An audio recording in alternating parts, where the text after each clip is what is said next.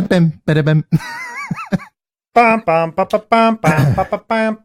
evening. I'm the Gabbler. Yeah. Okay. Welcome everyone to Electronic Gaming Mostly podcast.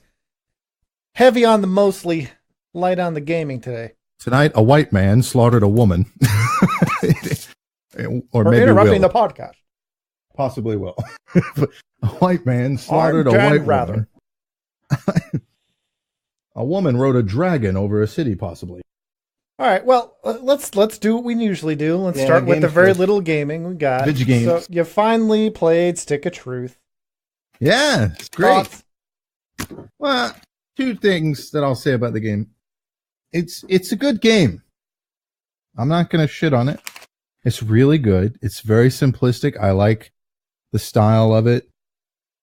It's lacking to some degree because it lacks certain things that make me want to play more complicated games in those areas. Like when I play the game for longer than 2 to 3 hours, I find myself sitting there wanting to play like a standard Japanese RPG or something like that. You know, something that's got more complex systems and a turn-based battle system.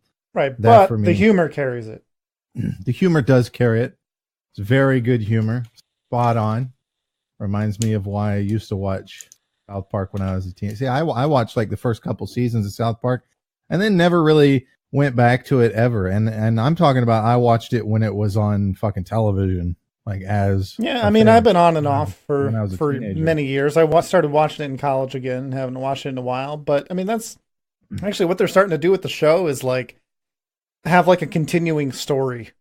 Right. Yeah, so like I think that's Stan's dad like moves out of town and starts a weed farm in this most recent season, and they stay there like the whole season. So that's why like you get Shapa Town and all this shit, and like they've incorporated that into the second game, which we'll get to. Like the town changes. Which we'll probably play that. I don't think I'll be getting it soon because we got Rage 2 coming, which I'm super excited about. But I mean I was looking at the game on sale going, man, that's a really good deal, 80% off.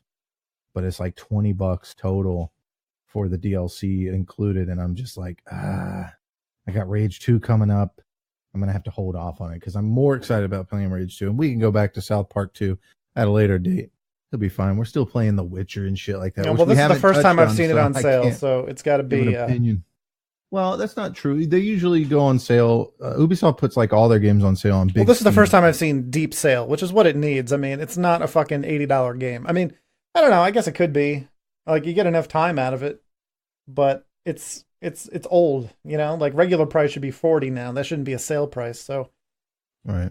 I will say about the second one, it is a little more complicated. You got 4 people in your party and it works off a grid system and you can attack forwards and backwards and stuff and move. There's movement. But you don't feel OP though. I don't know if you like that or dislike that about the first one, but, from about the midway point to the end, you're just OP as fuck. And I don't know about you, but it makes me ridiculously hungry for Taco Bell. Every time I revive somebody, I'm just fucking, today I finally had my Taco Bell just a couple hours ago, so. You think that was a paid sponsorship? I don't know. Maybe. I mean, they have to do something to get their name in there, right? Taco Bell has to okay that. They can't just put that out there with Taco Bell. I don't know, man. The South Park gets away with a lot. They can just be like, fuck, we're on South Park. When it comes to legal shit like that, especially when it comes to possibly smearing somebody's name, like that's super legal. Yeah, shit. Well, it could be the Viacom fucking owns Taco Bell and Comedy Central. Probably. But yeah, I mean, I'm not a huge fan of turn-based games. This is probably the game that turned it around for me and made me look into them. I still haven't played like the old ones, but I played Child of Light mostly because it was on PlayStation and there was not very much to play back when I was still playing PlayStation. And it was good. It's a little light and floaty and fairy tale-y, but it's a fun turn-based game. A little bit more complicated than South Park, but yeah, the humor I think carries it. I think the gameplay is like 70% there. So, yeah. It's one of those games where you don't want to play it until you play it, and then you kind of want to keep playing it. Gotcha. It's like a really, really long South Park episode. So, yeah, Rage 2 is Tuesday. Another good turn-based game that you might like is XCOM. Have you ever played XCOM? No, but you keep asking me. It's turn based, and a lot of people play Iron Man mode, which is where when a character dies, they die permanently. I don't believe in that shit because that's like way too fucking hard. But it's a turn based shooter thing where you control people and line up shots and strategically move them around the battlefield. So it's not like a RPG, but it does have some RPG elements in terms of like it's kind of got that Fallout Shelter base building thing. Like when Fallout Shelter came out, I was like, oh look, it's XCOM, like because you got two sections. Yeah, there's two versions. The game really breaks down into two parts. The first part is like Fallout Shelter, which you've seen. It's that kind of side view in the mountain kind of deal. Like that's how you manage your base. And then you go out on missions, and then it's like a top-down, kind of not like a top, almost like an isometric view, third-person kind of thing, where you move guys around on a map. A team, you control a team of soldiers, and you can pick, the composition and their abilities and their weapons and armor, upgrade all that stuff as you go. And it covers the resistance of like this. It's kind of the first game is set. I'm not going to say the first game. I'm going to say the first game that everybody knows of recently, like XCOM, the reboot, whatever you want to call it, is kind of set in a modern time. And these aliens come to the planet and start enslaving humanity and shit. And you fight back against them and gain alien technology along the way and implement it into your own military. And you actually lose. Humanity loses. And the second game is you play as the resistance trying to take Earth back. So it's a pretty cool concept there where you're slowly losing. I mean, you're supposed to feel like you're losing in the first game, and I think they do it well because you're given choices. Do we help China or do we help Russia? And then you help China, and then Russia gets taken, and it's and it has pros and cons to it and stuff like that. Pretty cool game. I like it. So that's all I got to say about that. But Rage 2 is coming out, as you said. Yeah, I don't know if I'm gonna get the deluxe edition or not. I mean, there seems to be expansions and shit. So no, I'm not. Sorry, I'm not getting the deluxe edition. And here's my I have a very important reasoning for it. And let me pull it up on the store real quick. Let me pull Rage 2 up so I can, because I want to mention what comes with the two expansions, right? Like there's one coming out in July and then one in August. It's a $60 purchase or an $80 purchase, so it's $20 extra. There is no season pass as far as I know that you can buy right now. So I guess you might have to buy them separately. So it might be a good deal. But the problem with the deluxe edition is the only thing you get out of it is the BFG 9000, which is from Doom. Yeah. And that's kind of cool. You get and some other random shit. That's from pre-ordering. So I would pre-order, but I think it's pre-ordering the deluxe edition specifically to get that shit. Pre-order now and receive the armor, the Nicholas Rain armor, which you're not going to understand that because you didn't play the first game. Full of the Death God mission and Settler pistol. Pre-ordering the digital deluxe edition, the only extra thing you get those things, but then you get a mutant monster truck skin, and that's it. But the deluxe edition comes with the BFG 9000, the Rise of the Ghost expansion, the Wasteland Wizard cheat codes, and the battle standard. I don't think that's worth $20. You're talking about an in-game gun and an expansion that's probably going to cost you $15 to $20 anyways. So it's not like that. They really need to start considering doing these deluxe editions as deals. Typically when you go into you'll probably be able to buy all that extra shit, and it'll be like $2 a piece. So I mean, I think it's worth it if we play the expansions. I think. Yeah, but the expansion's not going to be out right away, is what I'm saying. Right, but I mean, like, what else is coming out? I don't know. When's the expansion coming out? It could take a fucking year.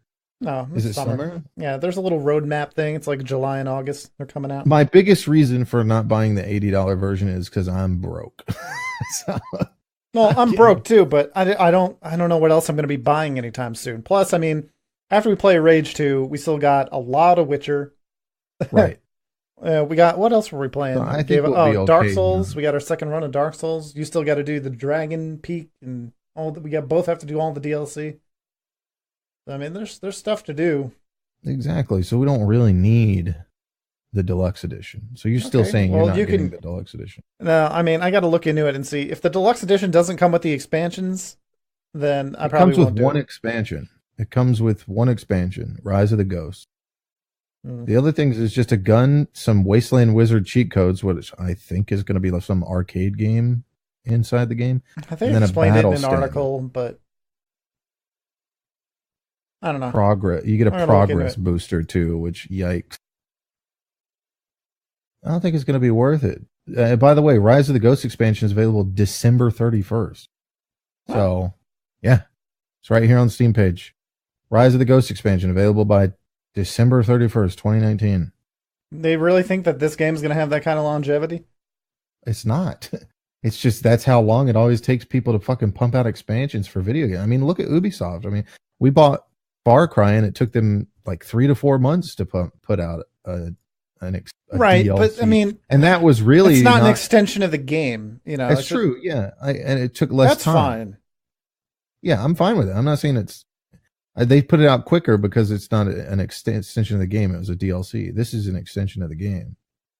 Yeah, that's fucking ass backwards to me. Like, if it's an extension of the game, like it suggests, because it's called an expansion, it should come out sooner.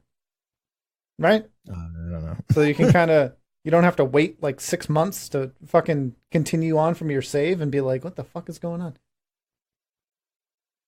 Yeah, I don't know. The point I was making about the bundles, though, is that typically when you look at a video game that launches these days, the season pass is typically the same price if you bundle it in with the deluxe. Like if you look at a standard release plus the season pass, those prices combined together are typically combined together as a full price. You know, it's like Monster Hunter World, for example, is $60. The deluxe edition is $70. Like, how much is a typical expansion pass? Yeah, I gotta find one with an expansion pass, but I guess Far Cry would be good. Well, it says for the Rise of the Ghost expansion, available by 12/31/2019. So maybe earlier. They don't really know. Yeah, I don't know. They haven't really. When I see that roadmap, I don't know why they even have a fucking roadmap. So here's a good example. Far Cry 5 Standard Edition is $60. The Gold Edition, which comes with the DLC, is, and let me just double check that. The Gold Edition has everything. So I guess that's their most expensive. The Deluxe Edition. So the Deluxe Edition has everything in the Deluxe pack. The Gold Edition has everything in the Deluxe pack plus the season pass. But if you were to buy Far Cry 5 Standard Edition for $59.99 instead of the Gold Edition for $89.99, and then buy the season pass for $29.99, it's $89.99. Yeah. It's the same fucking price. So it doesn't make any, when they bundle things like that with these deluxe editions, is all I'm saying is like they should maybe consider doing a little bit of a percentage on it. Yeah, like, but they go the other way and they offer you like little tidbits, like here's a gun and here's a mission, and it's shit that really doesn't matter. Yeah, it's lame. I mean, I'm just saying they need to kind of catch up with everybody else in the field of marketing. You know, typically when you get a bundle of something, you're getting some kind of discount for buying it as a bundle. If I go to a store and buy one, get one free, yes, I'm paying more money than I would pay if I bought one, but I'm getting, 2 items for actually less. It's not like buy one and buy another one bundle, same price if you bought just 2 separate. Yeah. What's the point of that? So weird. I gotta figure out what else did I put on my solid state, because I'm full up and I don't know what the fuck I put on here. You need to manually go through it, aren't you? Witcher. I'm not taking the Witcher off. Well, I guess it's time to say goodbye to Call of Duty. I think you can go to properties. If you look at the game and go to properties, I think it'll tell you where it's located. Yeah, I know. I mean, I know. Yeah, I'm just going through the list. And I got Resident Evil 2, Witcher 3, Shenmue, which is small. And that's kind of it, but I'm full up. I think it's time to get rid of Call of Duty. Oh yeah, I agree. I already did that. They're not doing anything to fix that game. They're basically moving on. leaked Modern Warfare. Yep. Yeah, the next one's going to be Modern Warfare. And I said That's how they do, man. I wouldn't buy the next Call of Duty unless it was the next Modern Warfare, and it is. So it looks like I'm getting the next Call of Duty. Yeah, we'll see what they're doing with it. Options, uninstall. That's the problem with Call of Duty, right? That's what they are. They're still that. Yeah, but I mean, we knew what we were getting into. There's still that one game. Yeah, I know. There's still that one game that's living in that relic past of keep pumping a new one out every 1 to 2 years. I mean, E3's coming up. I think the last one I bought was Ghosts for Xbox One. So, like, I don't buy it every year. I got Modern Warfare, the first one, and then I got Ghosts, and then I got Black Ops. So, I mean, I don't fucking feel the need to buy every single Call of Duty game. Black Ops. Black Ops? What? Black Ops. What'd you say? Black Ops. Bad boys, bad boys. What you gonna do? So yeah, I guess that's the gaming plan is Rage on Tuesday, and fill it in with Witcher after that. I hope Rage doesn't suck. We also played the first Rage. It wasn't great. Well, it's difficult because it runs like shit. It's got no PC options. It does run like shit. It doesn't hold up because of the engine that it's on, realistically speaking. The controls feel wonky in vehicles. That's just the world we live in. It's a shame because the game does seem interesting. I mean, you got to give it that kind of credit. The world is a little interesting and, you know. Yeah. I mean, I kind of... Here's the thing. Feel nice. It plays better than Fallout 4. At least as far as, like, the shooting goes. Not much, but... the shooting is pretty decent.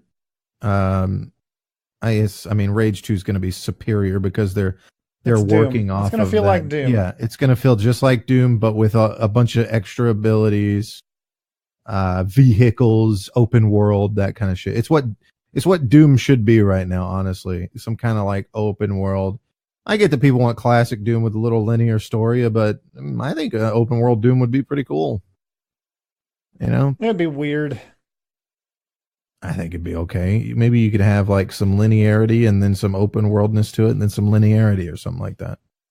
Yeah, I might do all right with a hub system. The thing with the hub system games is that you generally need quest givers and people to talk to. I don't think that really... That might be what Rage is, you know? Like, I don't think that really fits for Doom. Doom is supposed to be just fucking... I'm going to destroy everything. Like, it's funny because they try to put narrative elements into Doom, but then they kind of like poke fun at themselves, right? Like at the parts where the guy's like, all right, you need to disable the power core, and you just break that motherfucker. He's like, you don't need to break it. And you break it again. Like, you fucking break. The entire universe is going to be without power if you break that. Fucking break it. Like, no, that's a great thing to the character, though, too, is like the character doesn't give a shit. Yeah, he's there to do one thing, and that's murder demons. Kill demons. Killing Nazis. Killing Nazis. And we got Wolfenstein coming around too eventually. Ooh. And then that's going to be co-op. Yeah. Playing as his daughters. I haven't looked into it too deep, but apparently there's a pretty heavy microtransaction system. So I don't give a shit. I don't buy shit. It's not that I give a shit. It's that I don't want it to affect gameplay. Like I said, I haven't looked into it too much, but apparently it's heavy to the point of like almost bullshit. So I don't know. The problem is you're basing it off of information you're getting from games journalists and shit like that. And the big thing right now is to shit on microtransactions and to blow it out of the water, like blow it up bigger than it actually is. You know, these people, my mother used to say something growing up and I fucking hated it. And all these fucking assholes are doing is proving it wrong, and it pisses me off. And making a mountain out of a molehill. That's all they're fucking doing. Sitting here you're making a mountain out of a molehill. Shut up. Fucking. And now it's like you, 6-year-old Gabler, telling Mrs. Gabler, "Shut your fucking mouth. Shut the fuck up. Shut the fuck up, Mom. Shut up. Shut the fuck up, man. You're watching too much South Park." But that's exactly what these people are doing every fucking time. Did you fucking Borderlands 3 now? You microtransactions. Yeah. I want that's because they fucked themselves. They came out and said there won't be microtransactions, and then it turns out there are going to be microtransactions. It was a huge miscommunication, and like, Jesus fucking Christ. Like, how's the game going to be? You know, it's like, why does the news about microtransactions come out? Yeah, and then 3 weeks later, it's like, hey, they fixed the gunplay. It's like, okay, priorities, you know? Listen, I'll tell you the problem firstly. First of all, the problem is the whole fucking industry is in the field of virtue signaling. And that comes through either SJW nonsense or in this case, we don't have any microtransactions. Just shut the fuck up. You're a game developer. Develop video games. Shut the fuck up. I don't want my politics from you. I don't want what's good or bad for video games from you. I want you to shut up and put your nose in your computer and build a good fucking game. Why do they care? Look at a game like Mortal Kombat where they virtue signal, mention politics, and fucking have microtransactions, predatory microtransactions, and it's still successful. Yeah, because because people are pick and chooser pieces of shit. That's the problem. Well, no, I mean, it was still news. There was still news about it. I know, but they're cherry picking out Borderlands because the guy came out and said something. Mortal Kombat is like this fucking story that the person that wrote the Jack storyline is a loser fucking cuck boy. And like he put in the game where he goes back in time and makes America Wakanda again or something. I don't fucking know. Or maybe he says Africa make Outworld great again. Apparently there's a few like, knocks on Trump with whatever. But then they came out and said that because of realism, they want to cover up the women characters because, you wouldn't be going into combat scantily clad. That's and the then kind they're of wearing shit like high heels and shit. Like, just fucking do it. Shut the fuck up about it. I don't mind the ending to Jax and shit like that because you don't have some fucking developer coming out and saying, guess what? That's all right. Black people, we got your back. You know what I'm saying?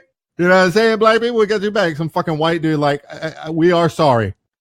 We are sorry for 300 years of slavery. We are sorry. Like, fucking grow up. But then they come out and do exactly what you're talking about. Like, shut the fuck up. Okay. Yeah, but then the last nail in the coffin was the microtransaction thing. They did the crypt thing again, but they monetized it, and people are like, you have to grind for like 1 million hours, or you're gonna have to pay $6,300 to unlock everything. It's like you're not supposed to unlock everything. Last time. Yes, like, you're not supposed to. Their logic is this. Like, this is the part that bothers me the least about Mortal Kombat. Is you look at your microtransactions, and why is Steam not responding? What the fuck? You look at their microtransactions, and whoever developed the game is looking at it saying like, okay, well, we don't want people to be able to get everything and stop paying money. You know, there's a fighting game community out there. So we're just going to basically put no upper limit on how much you can spend. So someone did the math and was like, okay, $6,300. But like, they weren't like, all right, we're going to get $6,300 from everyone that plays this game. Like, no, you're going to get $6,300 from a few whales, and everyone else is going to pick and choose the fucking costumes they want. Because at the end of the day, it's still fucking cosmetic. Right.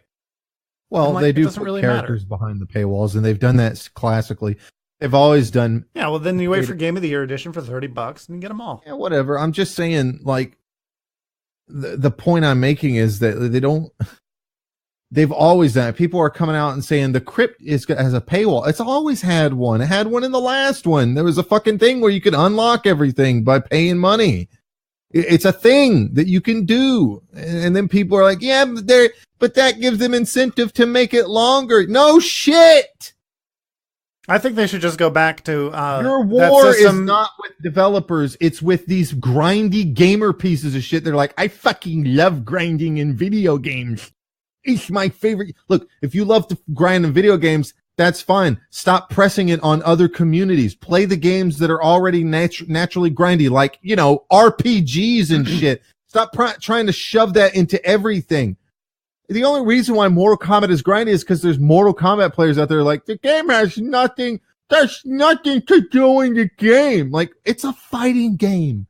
What are you talking about? No, I think they should make the game free to play, but every time you want to play, you put in a quarter, or you pay a quarter. Right? If you die, you pay a quarter. Like, I mean, that's tried and true, you think you do, but you don't. Yeah, everyone loves classic gaming, right? Video games were greater back in the day. Anybody else remember when you could just unlock extra characters by beating the game a certain way? Yeah, I also remember them not putting new ones in the game a year afterwards. You fucking loser. Yeah, it's modern gaming for you. Very easy to put new shit in the game, but they're not going to do it for free. I don't understand. Like, you can't take something like Mortal Kombat and say, like, oh man, I'm going to have to pay $6,300 to get everything. That's like, not you shitting on them. Yeah, they're not going to put stuff in free. It's just to clarify there. You're not shitting on them because they're not putting stuff in free. You and I are realistic people that understand they have to make money. Yeah, well, I don't like them fucking shoehorning in the politics and the virtue signaling. That's what bothers me. Well, I don't either. I mean... Because if you think about it, this is what bothers me the most. Take a movie like The Last Jedi, where they like throw in that slavery is bad shit, that whole fucking pointless sequence for like half an hour. The whole like what's her face just not telling Poe about anything that's going on for no reason other than he's a man. Because believe all women. Right. But like people nowadays, when they go in and see that movie, they're like, oh man, they're shoehorning in politics. But people 30 years from now watching that movie they're just going to be like, well, this doesn't make any fucking sense. Why would she do that? Right. It's not going to have any political meaning to anyone. And that's why it's not going to be a timeless movie like the original fucking Star Wars. That's correct. That's why it's ruining the fucking franchise. It has nothing to do with, strong women. Like, I don't fucking care. Princess Leia. Hello. We don't have to go through that. There's been so many strong women. And if you don't think there has been, get the fuck out. Hit thumbs up on the podcast and get the fuck out. Like, you're an idiot. You're a fucking mental midget. Okay. Your fucking intellectual, your intellectual capacity is so fucking low. I'm surprised they didn't tack you over the head at birth. This one's a defect. It's so fucking unbelievable. It's one of these weird things where like the people running everything right now, the culture, are people that act like the 90s, everything before 2000 doesn't exist. You hear these people talk, they talk like we're living, like the 60s and 50s were just a decade ago. Like, holy fuck, Captain Marvel literally has a scene in it where she's in the 90s getting told shit like, there's a reason it's called a cockpit, honey. A cockpit, get it? What I'm saying is you gotta have a dick. Literally, in the 90s? Fuck off, okay? Let's write it like it's the 70s and shit, man. Like, not even the 70s. Jesus Christ. The 1960s, maybe. I'll give you maybe the 1960s had this problem. But, like, what the fuck are you doing? Just consider that, okay? We're talking 1960s, right? Jim Crow laws haven't been around for a long-ass time. And all this shit with, like, women and their place in the kitchen and stuff hasn't been around since like the 50s and the 60s. All right. Think about how long that is. That's 60 years. Okay. Yeah. Well, it's weird, like the passage of time. I still think 10 years ago is the 90s. Yeah, no. I'm fucking old. 60 fucking years. Okay. And if you don't think that's a long time, you're fucking retarded. Kill yourself. Don't kill yourself. Mutilate yourself a little bit. No, don't do that either. Listen, just grow the fuck up. Look, I'm not asking much from games. If you're going to do a game that has politics in it, make it useful and tasteful, like BioShock, right? Like especially BioShock Infinite. Yes. That's like all Nobody about fucking politics. Nobody had a problem with BioShock. There was racism in it. But of course there was racism in it. The fucking place that existed was, separated from America before the Jim Crow laws disappeared. Yeah. And so there's a way to do it. And if you're going to do microtransactions, just be fair about it. That's the whole point. The whole point is you go and you play. Listen, you fucking invalids. Okay. The whole point of a game like BioShock, and you go into it and there's people in there that are like still looking at black people as lesser class citizens. But you, as somebody from the modern age, not just you, but everyone that plays the game looks at it and goes, this is fucked up. And you know why you say this is fucked up? Because you live in the modern age where that shit doesn't happen anymore. Like, it's not just you sitting There's a behind your difference, computer. though. I'm so There's a difference woke and between nobody else building is. a world like that and injecting modern real-life politics into a game like Mortal Kombat. Yes, of course. I'm just saying in general, the problem with a lot of these people is they act like they're the fucking only ones. Man, I'm so woke and nobody else. There's so many people out there that aren't woke. Us millennials are so woke, but look at the previous generation. They're not woke. You're so fucking dumb. Okay? You didn't build this. Other people before you built this. Okay? Other people fought hard for civil rights. Other people fought hard for other citizens. You didn't do shit. You inherited it. You inherited easy mode. Okay? Somebody else did Dark Souls. You inherited fucking There are people, Pony. many people that fought and died to kill and stop literally Hitler. After the war, gave the Jews Israel, and now people don't like that. You live this in whole a time... anti-Semitic thing is coming back, and it's like, what? Okay, so on the side of good versus Hitler, you guys are on the side of Hitler. Yeah,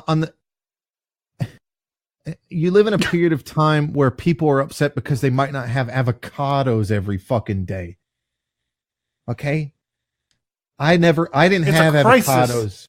I didn't have avocados in my house growing up, as most people didn't, because it was a commodity from somewhere else. Okay, throughout history, people have fought and killed each other for nothing, for the dumbest shit, and you're sitting here going, but anarcho-capitalism. Like, you're so dumb. Stop. It's time to stop. Okay? It's over. It's just that's what happens when there's too much non-crisis going on. You start making mountains out of molehills. Jesus Christ. It's like, this is what happens when every day is a slow news day. Crisis at the border, avocado shortage, orange man, bad. It's the only thing they have. There's going to be less avocados. Meanwhile, people are literally dying. But you know what? Avocados. Yeah, I'm the asshole. You got me. Hey, you know, why do you got to choose? You can both be assholes. I just don't. All we're asking is you can put stupid little views in the game. That's fine. We just talked about this. You can have dumb shit like that, like BioWare did in the game. Racism bad. Yeah, we all know. But the point of that game isn't necessarily racism bad. It's look how far we've come. Okay? People have to stop. You gotta stop. I guess people don't want their games to stand the test of time anymore, you know?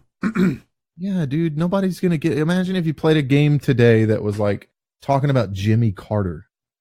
You know who the fuck I'm talking about right now? Jesus Christ.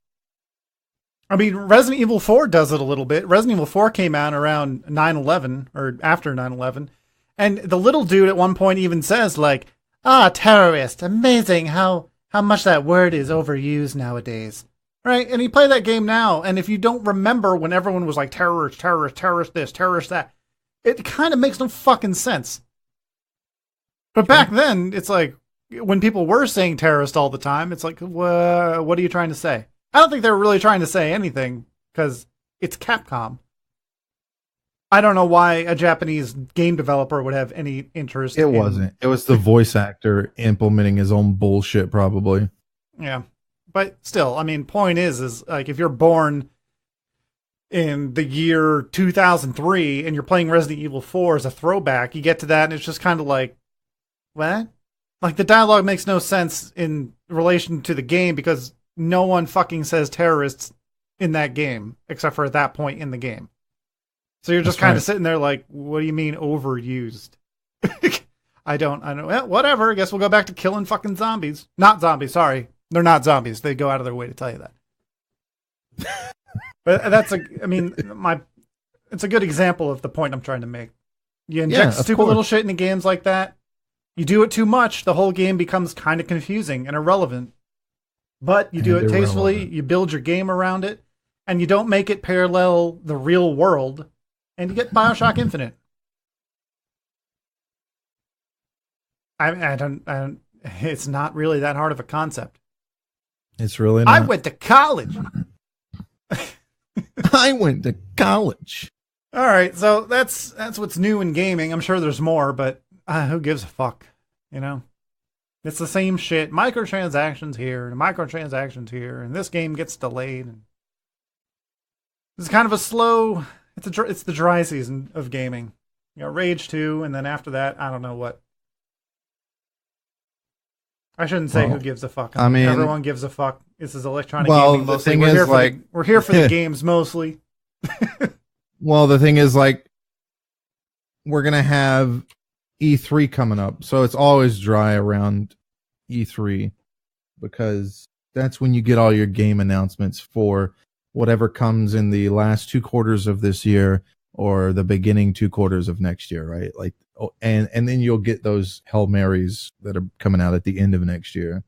Yeah. But like, that's where we're at right now. We're at that point where we got a couple Hail Marys that are sitting at the end of the year that we know about, and then like we don't know because it hasn't been announced yet. You know? Yeah. I mean, I can scroll through my news feed here and see if there's anything that sticks out. This is about Rey's the time real name reportedly revealed in Star Wars Episode 9 leak. Okay, let's skip that. Outer Wilds will be a timed Epic Game Store exclusive. Like, I'm tired of seeing that. X game is Epic Store exclusive. Every fucking day. It's something new. Moving on. George R.R. Martin, a little sad with what HBO have done to Game of Thrones. No, he's not. That's a lie. Quote, the series has been ... not completely faithful. I'm going to say that. That doesn't mean he's sad about it. I'm going to read that later. It's not faithful to the books. How can they be?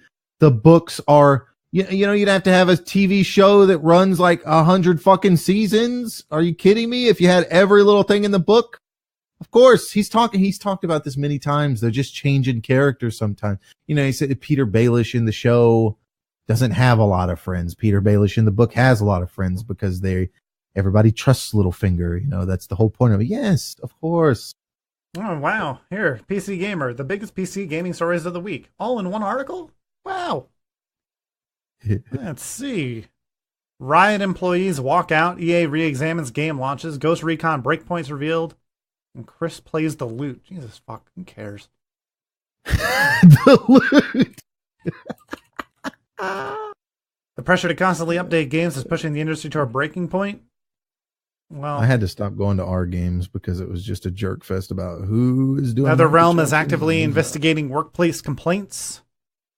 Yes, we get it. Game developers have a lot of fucking crunch time, and it's fucking bullshit. The current climate right now for people on Reddit, at least, is act like being some kind of like not really activist, but more like slacktivist on, hey, the industry needs to unionize, even though they're not in the industry. I've never in my, can you imagine that? Imagine the job you work at, all of you viewers right now. Imagine the job you work at or whatever. Imagine if you don't have a job, imagine any job. I'll give you the random one if you don't have a job. Let's say like, just something basic, like a sales manager or something, whatever you do. And then people that aren't in that job, people that know nothing about that job, they're not a part of it. Like their only connection to it is that they're affected by it a little bit. Like, let's say you're a grocery store clerk and the person who comes in and buys fruits and vegetables starts going, you should unionize. You should unionize. Let's go talk to, and they don't just say that to you. They start trying to like get it to happen. Like they're the ones that are trying to get it to happen. The developers, I don't know if they want to unionize, but they're definitely not happy with workplace conditions. I mean, that's how all this shit starts. Little bitches. Oh, look, I get it, man. Like, it's way too much fucking work and it's way too much pressure. They get paid good fucking money for it. They get paid okay money, and they're basically working freelance. That's not true at all. What do you mean? Like, well, look at good money to you. Everybody that works at Blizzard lives in Redding, California. You can't afford to live there. You know what the cost of living is there? It's fucking ridiculous. They make good money because you can't be a game developer in the industry today and just be some fucking nobody. You got to be really lucky to be some nobody with like a high school diploma or less and get into the games industry. Well, we see people all the time who make these fucking bullshit games and make shitty development decisions. We talk about it all the fucking time. Of course. ITT Tech game development. Right. They got that ITT Tech college bullshit. I'm just saying, like, you have to go to school for it. You're expected to go to school or have experience to get in these jobs these days. So that you already have that going on. So whenever you take a job where that's kind of the expected thing, I feel like you really shouldn't be complaining too much about the conditions, because the whole reasoning for you to do the schooling in the first place is because you wanted a job that pays more money. And I'm sorry for these people that don't understand it, but there's well, three I got a ways little bit to of a live different your take life. on this, because I've worked at companies that are really shitty to their employees, and you don't always have a choice. I mean, you get all these people. An exception to the rule, though. Wait. That's an exception. No, to these the rule. people, I would be willing to bet that most people who go into game development get into it because they like video games and they want to make them, and not really just because of money. Maybe not anymore. Well, I would say most. But yeah, probably most. The thing is they get, like, in theory, in their mind, they want to make a game. You know, they see these behind the scenes things of the game and development. It's like, that looks like a fun workplace. To watch movies like Grandma's Boy, it's like, that looks like a lot of fun. And then they get there and it's fucking just a nightmare. Because I did the same thing. I was like, yeah, I want to make games. And then I figured it out in college that it's no fucking fun making games. So no, that's on them for being fucking naive about it and not researching shit. You don't just grab a chainsaw and go out in the woods and say, I'm going to fucking cut down logs for a living. Well, you got to know imagine what goes you go on. into this place and, like, for, you know, I mean, Anthem is kind of an extreme example, but, like, let's say it's not quite as bad as Anthem development. But you get in there, and because of shitty management, you kind of work for years with no real progress, and then towards the end, they make you work 80, 100-hour work weeks to get the game on time, and then you're fucking stuck there with all this fucking bullshit on your plate because of shitty management, who really aren't doing anything except for coming in every now and then and being like, yeah, let's keep the flying, I guess. I mean, get a job at a different fucking game development studio. Right, but if you look at all of them, they're all kind of like this. I disagree. I disagree. Like, there's so many publishers. Oh my God, the list of developers is ridiculous, but there's so many out there that you never hear about. Right, like you never hear about them, but when you do hear about them, it's like 10% of the dev groups out there. That's all you ever hear about. It's not like it's all of them. I think the concept is skewed, where people think that this is the standard. I don't think it's the standard at all. I think Absolutely it is. Not. I disagree. If it was so bad, game developers would have already done something about it. When are they going to find the time? They're not finding. They're trying to do something about it. They're trying to do something about it because they don't have anyone to fight for them. So that's why I disagree. They're trying to unionize. How are you gonna? No, the whole point of a union is that you have control over the person that's supposed to have control over you. That's, first of all, that's why unions are stupid. It gives the power to the employees instead of the employer. Which the problem there is the employer's in that position because he's educated and knows how to fucking handle that position. Not everybody can can captain a ship. So you don't have the crew in charge of the ship. You got to have a captain. If you put the crew in charge, they're going to be making stupid fucking decisions. Well, it's not fucking wartime. They're making a video game.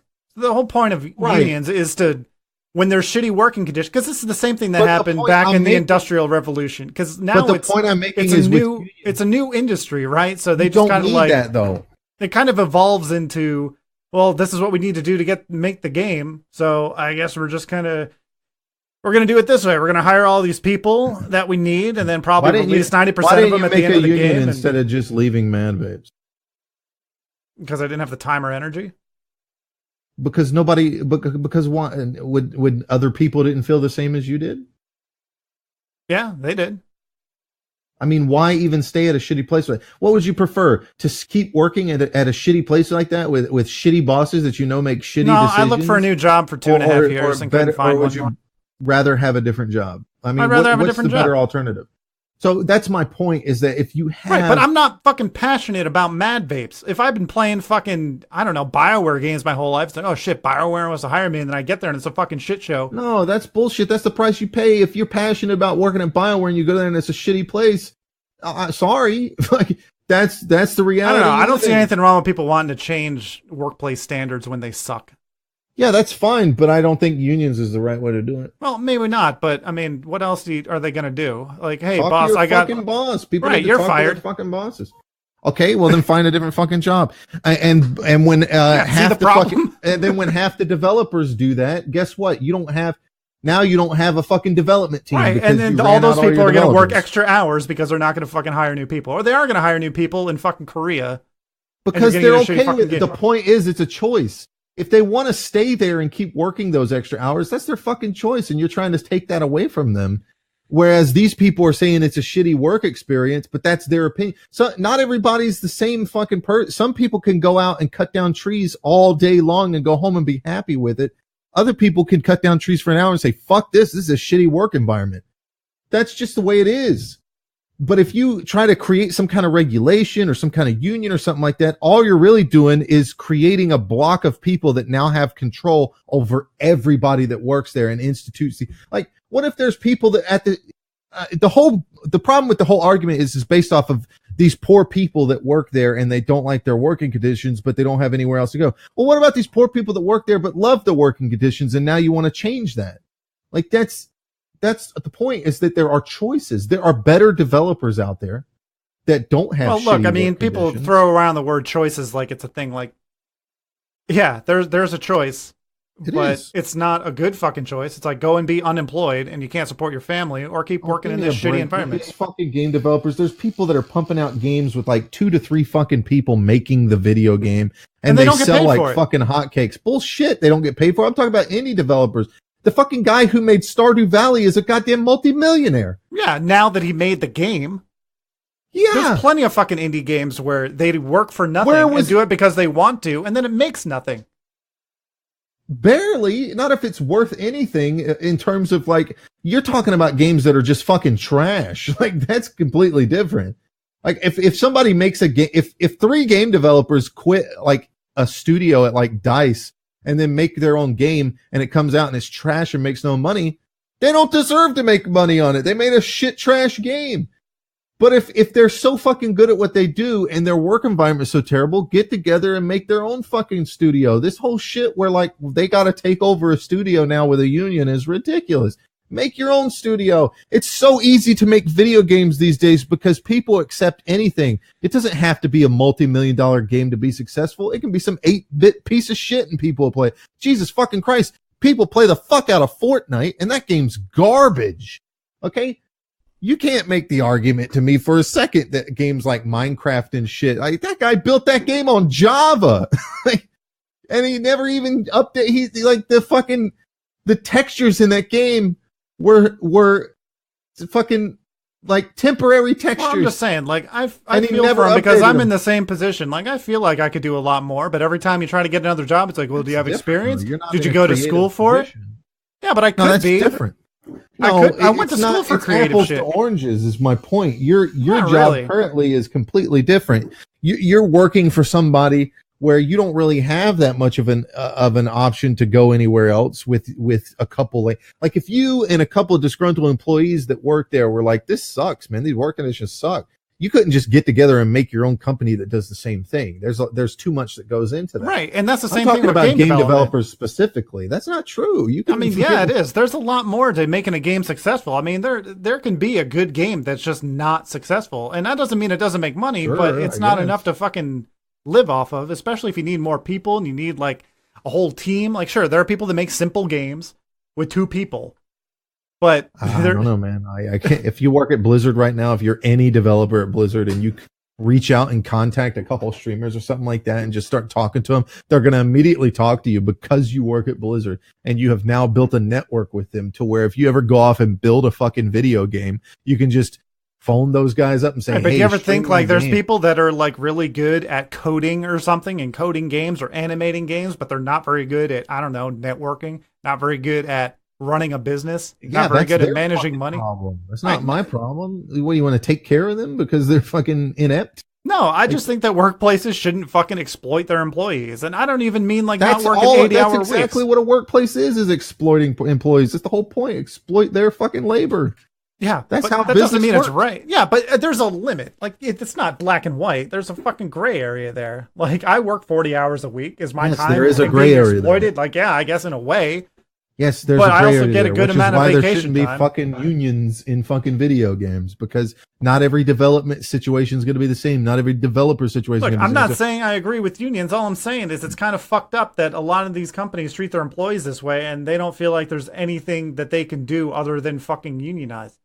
I'm just saying that's wrong. Obviously, they feel like that's the only thing they can do at this point. I mean, you don't even know how many people tried to get shit changed and just, all right, well, see you never. You're fired. Like, I mean, that's what are you the way the world Plus, works. I mean, a lot of these game developers, they hire a lot of their fucking employees just for one project. So what the fuck are they going to do? Are they going to sit there and try to get shit changed? Or are they just going to wait till the project's over and then move on? I think the problem with this kind of argument is that people don't approach things like you're arguing for the case of the developer and only the developer. You don't see it from the business owner side at all. Imagine you employ me to come work at your house and fix shit in your house, like your plumbing, whatever, anything, subfloor, any problems that you have in your house. I come and work in them, and I work there for a while, and you pay me, and I get paid, and everything's fine. Sometimes I have to stay a little late or something, but it's fine because it's not like I pass you in a hallway and tip my hat and we never talk to each other. I'm your employee in that regard.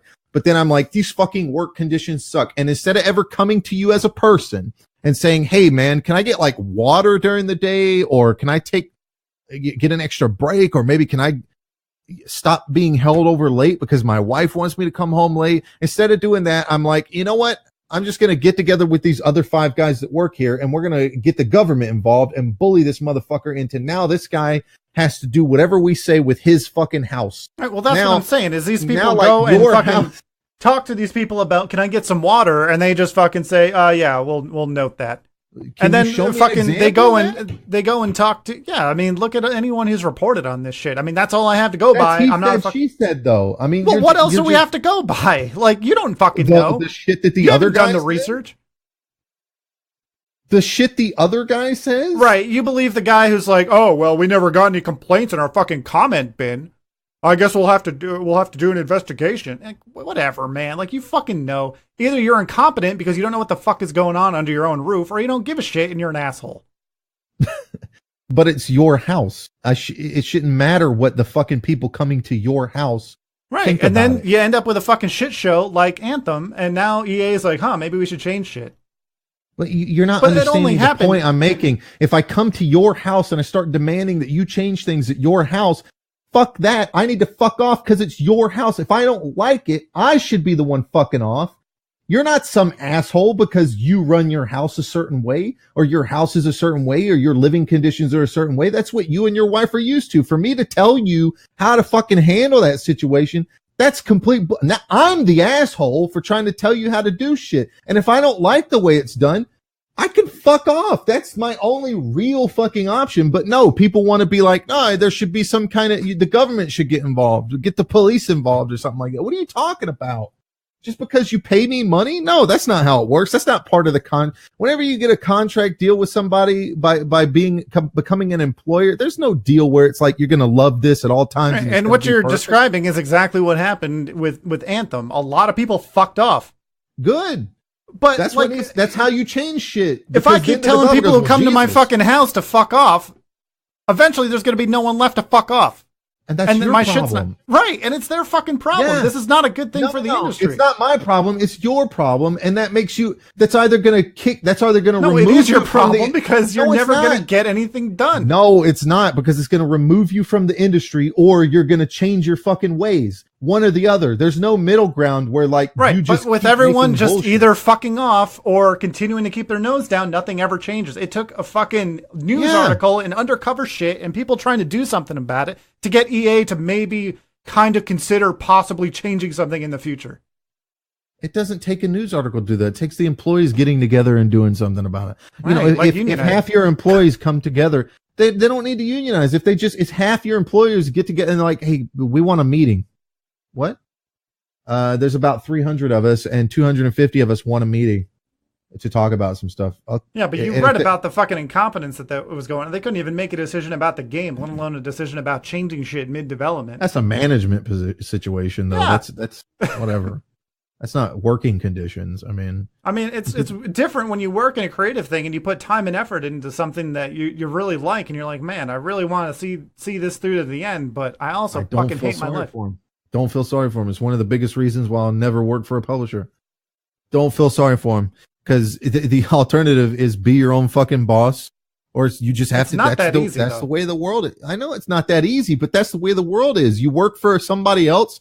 They get to make the decisions. Otherwise, you work for yourself or you're in charge. Like, it's not like that guy woke up, he was born, slapped on the ass, and somebody tattooed management on his back. He got there by busting his fucking ass. No, he probably got there by knowing someone. Let's be honest. Oh, come on. Yeah, my wife knew someone. Is that what you're going to tell me? Like that? No, I knew your wife.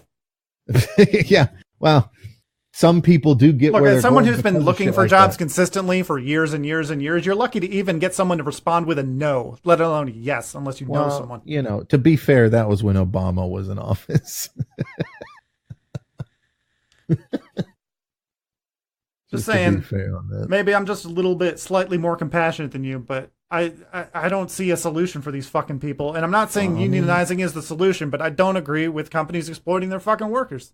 I don't disagree with you. You're certainly more compassionate about it. I just don't believe in applying emotion to it, because when it comes to it, a business is a privately owned thing. It's no different than the house that you own or the car that you own, and having somebody come into it and tell you what to do with it is bullshit. Yeah, but in order to keep that afloat, to have to fucking do something how drastic. Enraging it would be to have somebody come to your home and tell you how to live and what to do with your home that you own. That's such an enraging concept. Like, it's a very how dare you situation.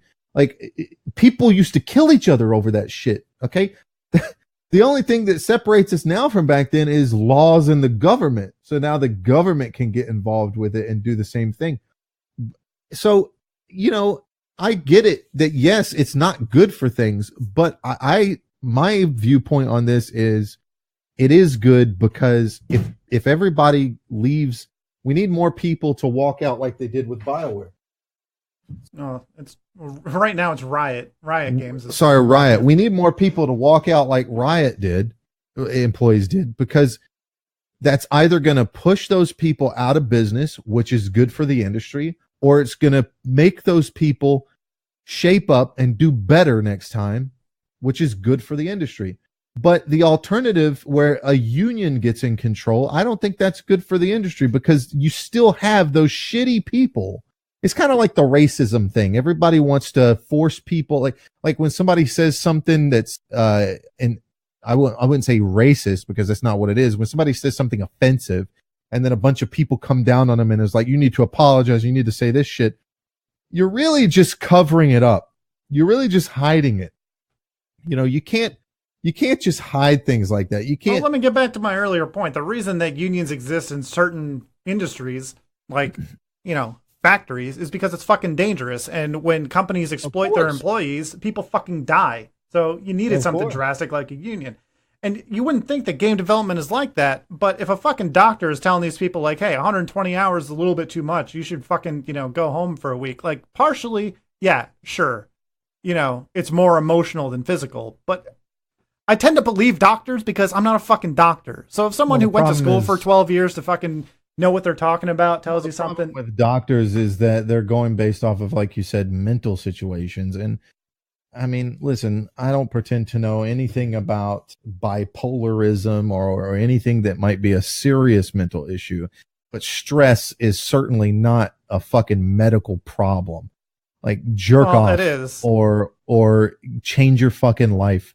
I have no sympathy for pity points that people expect, because there's a difference between stress and extreme stress. I mean, it's a fact that if you're way overstressed, it can cause physical problems. Listen, man, and you wouldn't think that working in an office is enough to do that to someone, but apparently it is. I know it's an extreme argument, but I've watched people like completely get off the grid and go out and live in the middle of fucking nowhere and like just make YouTube videos doing shit. And they don't even need the income from YouTube. They just live off the fucking land.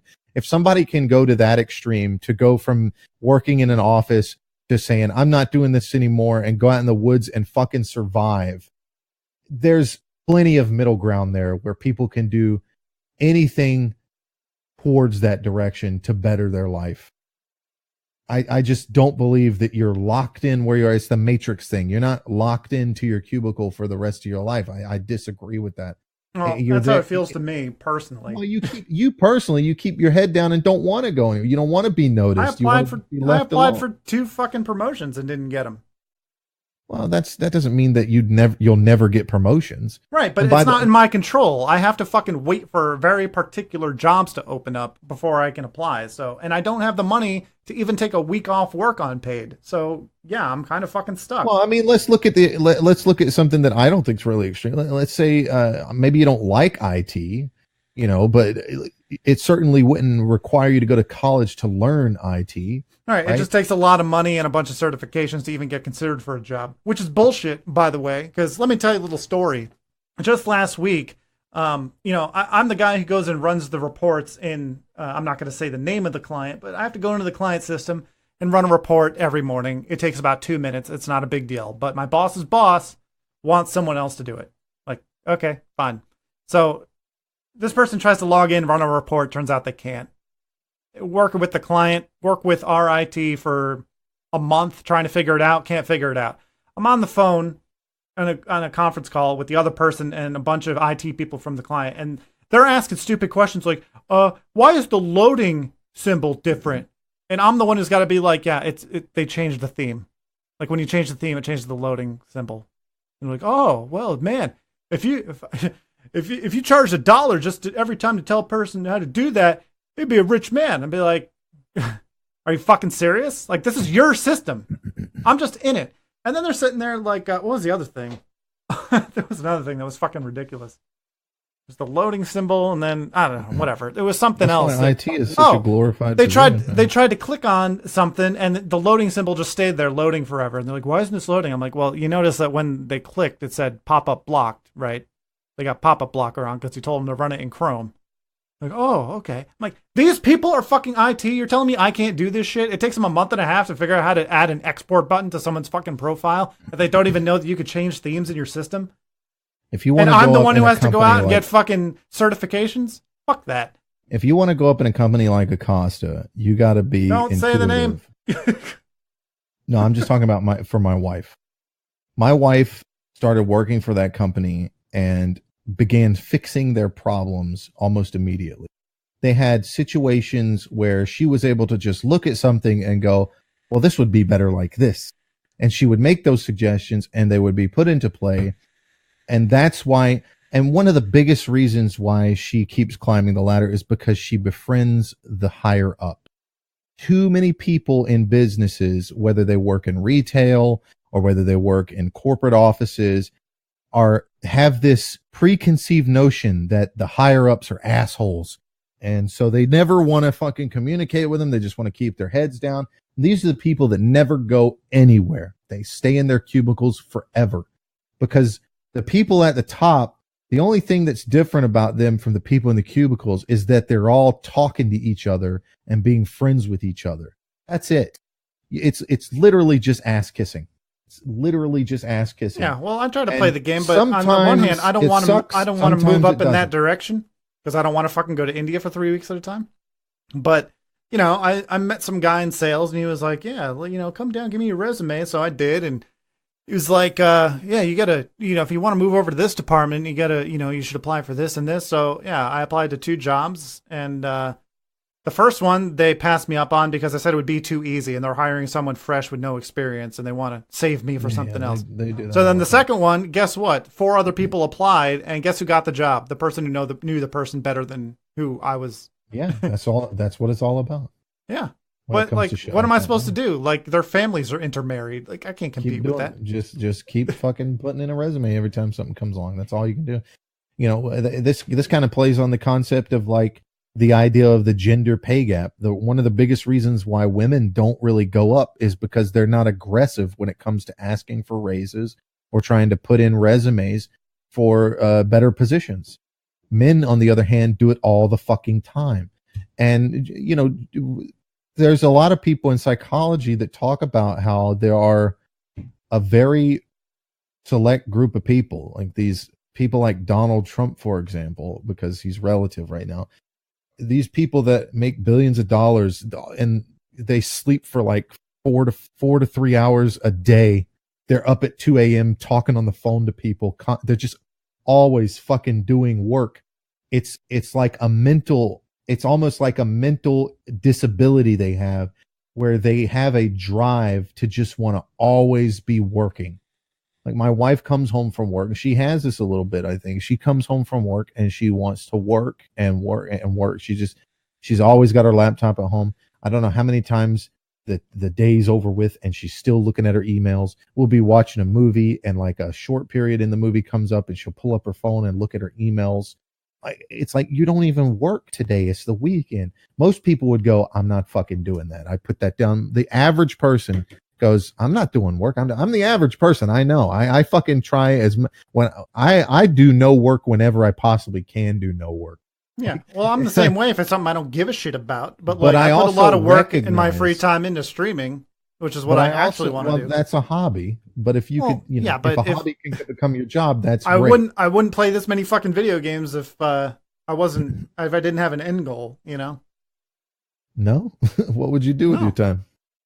Probably learn to code or something. Well, listen, I mean, hey, that's what I'm doing. I mean, but like, that's part of the process of what I was talking about. I can't fucking pay $10,000 to go to school for 8 weeks and then there's someone better than you anyway, so whatever. No, but, and this might not be relative specifically to your case, but there's a lot of people out there that say the same thing you just did.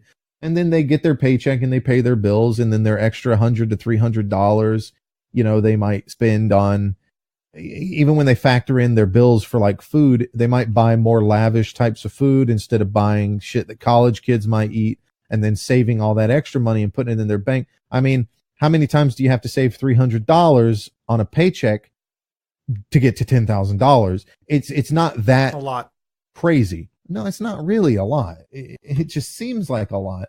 It's many years of work, and that's if you have $300 left over at the end. Right, but I'm making the point that most people don't have $300 left over because they overspend. My major point, and it's a bit of an asshole point, but it's the truth and it's real, is that people don't really want it. Something you really want, you're going to constantly, like the video game things, you really want to be a streamer. So you come home and you do it every fucking day. You work to make your stream better. You'll take those moments to try harder on something like that and make sure that the stream quality is good, or that the overlay is done and ready to go for your next, whatever. But if people applied that same kind of passion to just something like saving money, like, honey, we're not going to buy this shit anymore. We're not going to buy this shit anymore. We're not going to buy this anymore. We're going to drink fucking bottled water, or, we're going to buy like a fucking filter, and we're going to filter tap water. We're going to eat fucking ramen noodles. For the record, I do all that. I don't go as low as ramen because I still kind of care about my health. Whatever. I'm just saying, we eat ramen noodles. We're going to eat the cheapest stuff. We're going to make sure we eat the cheapest shit. Like when we go grocery shopping, we're going to look at the cheapest shit and buy it. It may not taste as good, but we're going to buy it. I love lasagna. I love pizza, but we're going to never get that again until we save up this $10,000 so that I can go to school for that. I'm just saying, like, there are people out there that could absolutely do that. I'm not saying your case specifically, but there are people out there that can absolutely do that, but they don't, because they'd rather spend that extra little money, that extra $60 on a new video game, or they'd rather spend, that 15 to 20 bucks on, Burger King or not McDonald's, because that's super cheap, but or a Pizza Hut or something like that. Because McDonald's is more expensive than lasagna. Just saying.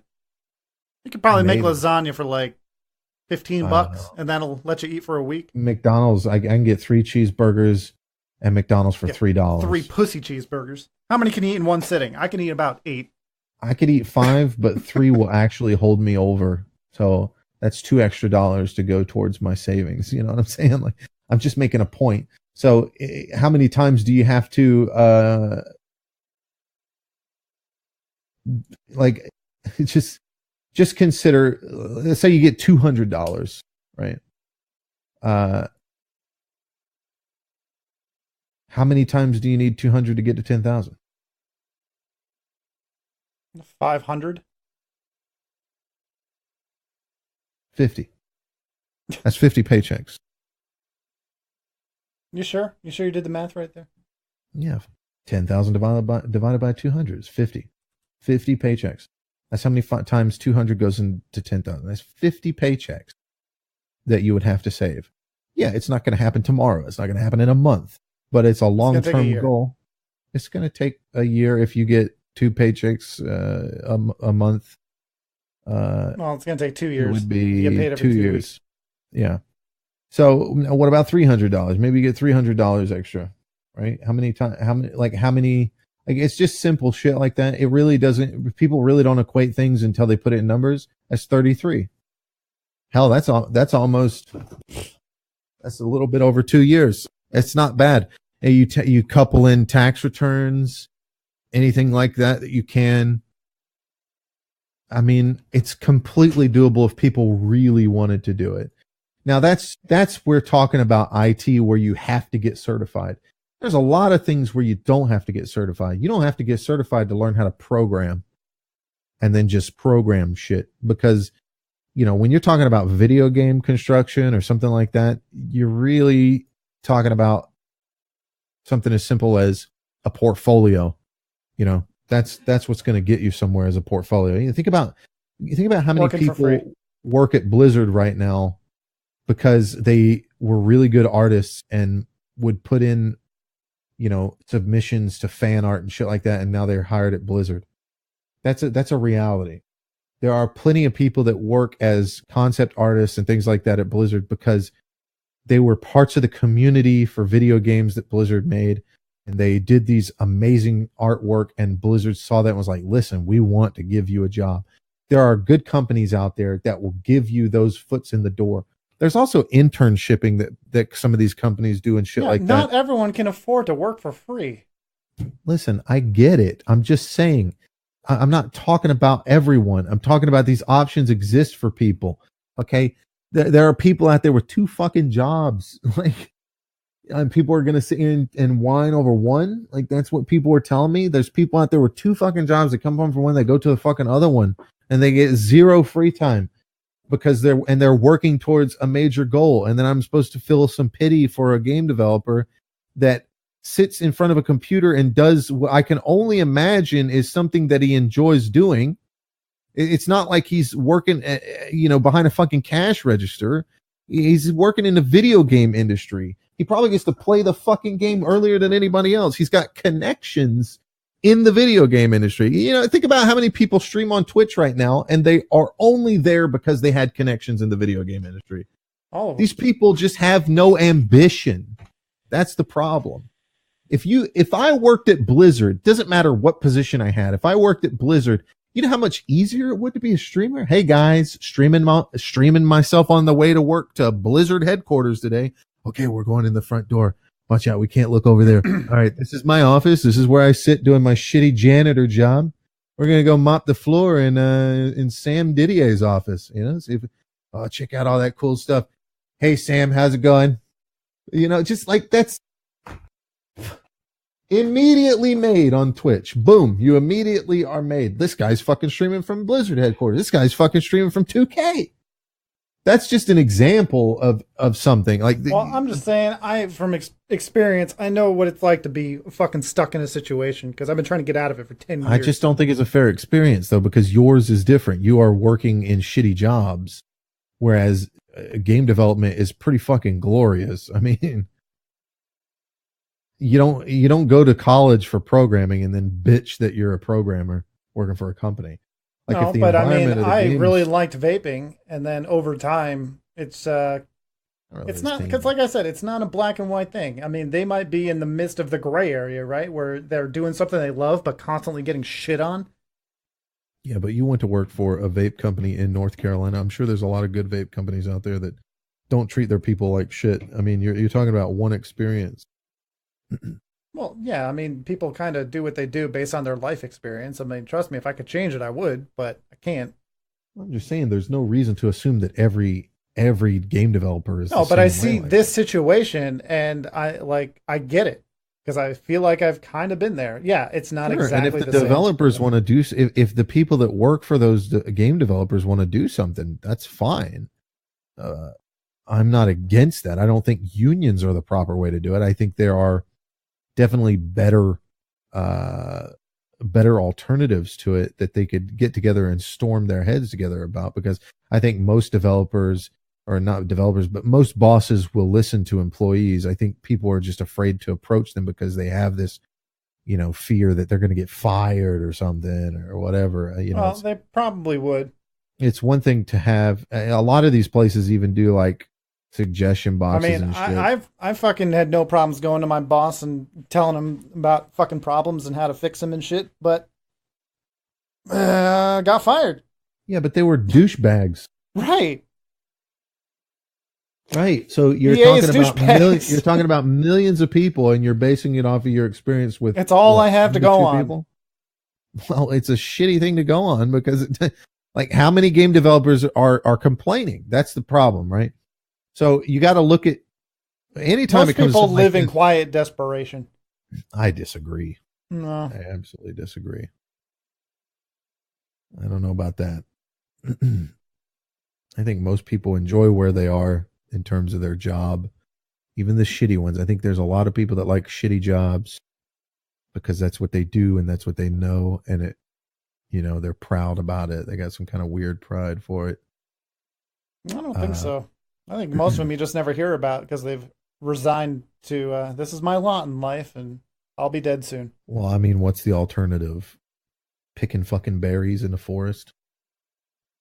I mean, yeah, wasn't that your argument? Pretty cushy comparative to that.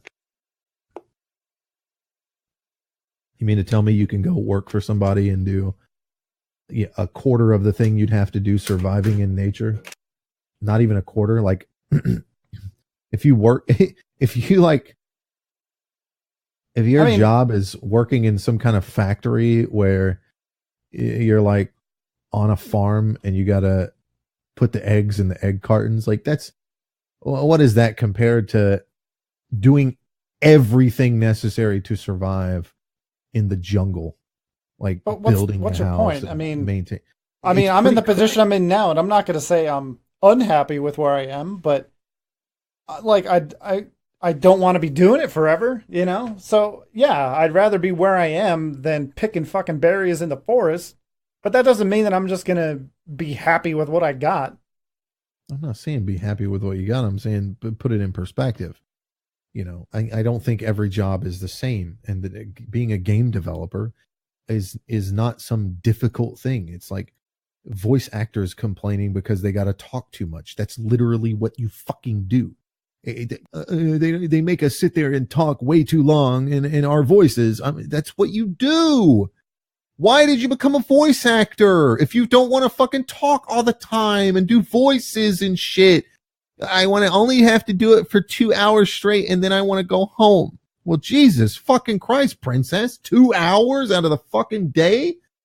You're fucking kidding. I get that there's shit where like you can actually fuck up your vocal cords and shit. Sure, okay. Don't work for that asshole again. There's an idea. Well, they did. Hey, that's exactly what they did. And then they hired other people. Whatever. That's the way it works, man. You go into a place and somebody's going to be willing to fuck the. Listen, it's not.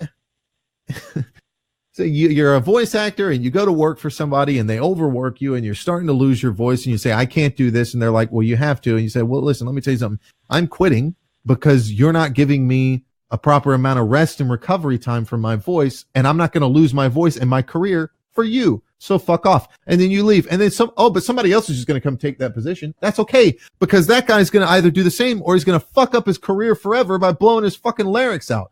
Okay. It's not your problem what this guy does. And then this guy's eventually going to go out of business because everybody that keeps coming to him keeps either fucking losing their career or quitting because they don't get the time. You don't have to unionize. Guess what? You can get together with your other voice actors and make complaints to people without creating some kind of arbitrary union that uses the government as a fucking leverage tool. It doesn't need to exist. There are other ways to handle the problem. Well, unfortunately, like I agree with the union thing. I don't think there needs to be unions for most things. But when you talk about a group of people getting together to talk to their employers, that's kind of what a union is. Well, what do you need the union for once the changes have been made? Well, you don't, but like once you get a group of people together and like, that's basically what it is. Yes, a union is a group of people, but with the added difference that it doesn't go away. It becomes a club. It's not just a group of people. It's not like a group of people.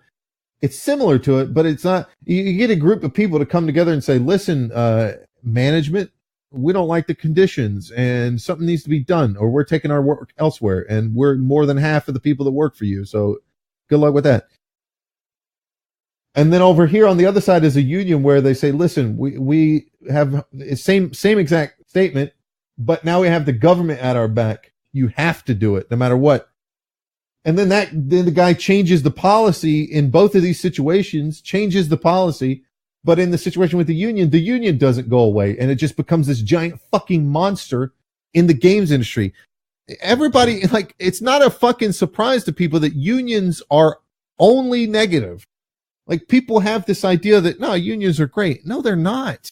Well, they get out of control. Sometimes they are. Like, my brother-in-law is part of a carpenters union.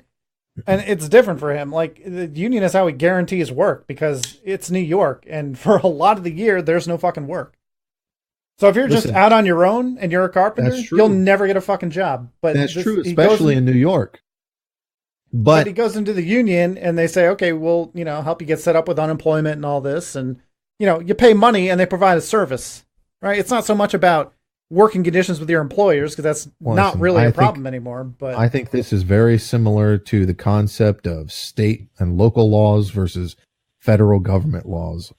Things are different in New York than they are in Wyoming. You don't need a fucking union in Wyoming, but you probably need one in New York because there's so many fucking carpenters. Whereas in Wyoming, there's not that many. So to just say across the board that we need to start, the gaming communities to come together, which is what's happening, and get these guys unionized. Like, does Blizzard need a union? Like, I don't hear them complaining. Nobody at Blizzard is fucking complaining. Do they need to be unionized? Like, I don't think that you need a union for everything, because the problem is the people that become in charge of the union aren't the workers. It's these fucking union rats that, oh, what do you do? I run a union. That's your job? Yep. I run a union. Oh, well, I guess it's your best interest to keep the union always fucking, relative, right? I mean, it's really a slippery slope argument, I think, but I think if developers want to get together and have a walkout or something like that, like what Riot did, I think that's great. I think if they want to get together and discuss something with their employers, that's great. I just don't think. Well, I mean, I can't speak for unionizing all of the game development because I don't work in the fucking industry. But right, can you just fucking respect your employees, and then it won't be a fucking problem? You got to realize that people have lives. Like expecting them to work 100 hours a week. That's a little much, in my opinion. Sure, but that's really an issue with the gaming community now, isn't it? Because the gaming community expects a game to come out at a certain period of time. See, it's really funny that the gaming community are the ones bitching about a union needing to exist, and ironically, they're the ones creating the work environment like that because there is such a demand for the game to come out sooner. You look at a game like Star Citizen, look how much people in the game. I don't know. I think people have always kind of said that. I know we've said, and other people that are on the interwebs, they're willing to wait for a better game. I mean, when something gets delayed, no one really comes out and says, but that's not true of the majority. Fucking game. No, that's not true of the majority. Look at Star Citizen and how much shit it constantly gets about how it's still in development. Like Star Citizen, it's kind of a meme at this point because it's been in development for so long. But like you say that something's going to be delayed a year, like a Final Fantasy VII, right? Yeah, people are already bitching about that. Well, they're not bitching. It's just in the news because they finally said something about it. Yeah, but I think everyone would be willing to wait. That's my point, is they tease it, and then people just go on for year after year after year complaining, where's the game? Where's the next trailer? Where's the game? Just shut up and wait for it. So you got these developers going, well, we got to get this shit out. We got to get this shit out. Because everything is driven by market shares and how well the company's doing. And if the company is not doing good, that means it's because people aren't interested in it. When it comes to marketing, it's all about interest. When you put a game out there and you say, look at this new game. In a situation like Anthem, it's a fucking mismanagement. You're fucking hyping a game before it's done. You're releasing a, quote, gameplay demo when it's not even the game. It's just a demo. Fair, it's not that it wasn't done. It's that they had to fucking restart it. You know, that needs to... Well, no, I'm talking specifically about the E3 demo where they put that little disclaimer up. This is in-game footage, right? And then the game comes out and that's not in the fucking game. What's not in the game? Like when the E3 demo, he's like walking through Fort Tarsus, and there's like the AT-AT looking thing fucking walking in the background, people coming up and talking to you, and people pick up missions differently, and it's the same thing that happened with Halo 2. In-game footage, they mean like it's running on the engine. Yeah. Well, first of all, people need to stop fucking believing that when it doesn't say gameplay. I think people need to understand the differences in terminology. People, well, they don't always use this. I think Anthem actually did say gameplay, but some of them don't. Some of them just say in-engine. This is in-engine. Look at Konami and Kojima. This is a great example of how the fan base causes these problems.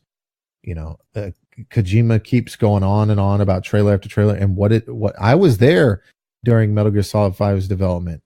Even the subreddits that were pro Kojima, all they would ever do is say, when's the game coming out? Give us a trailer. Give us a release date. When's the release date? Now, on the surface, that may look fine to you. Like, yeah, but how is that getting to Konami? Think about these pieces of shit that email companies all the fucking time. These people exist. They're constantly emailing companies. The same people that email somebody's sponsors or something like that. These people fucking exist, emailing Konami. When's even just like, there are fucking mouth breathers out there that just like, I'm going to type an email to Konami. Dear Konami, can we get a release date on Metal Gear Solid 5, please? And then you got some fucking ham over at Konami that goes, listen, we're getting emails out of the ass.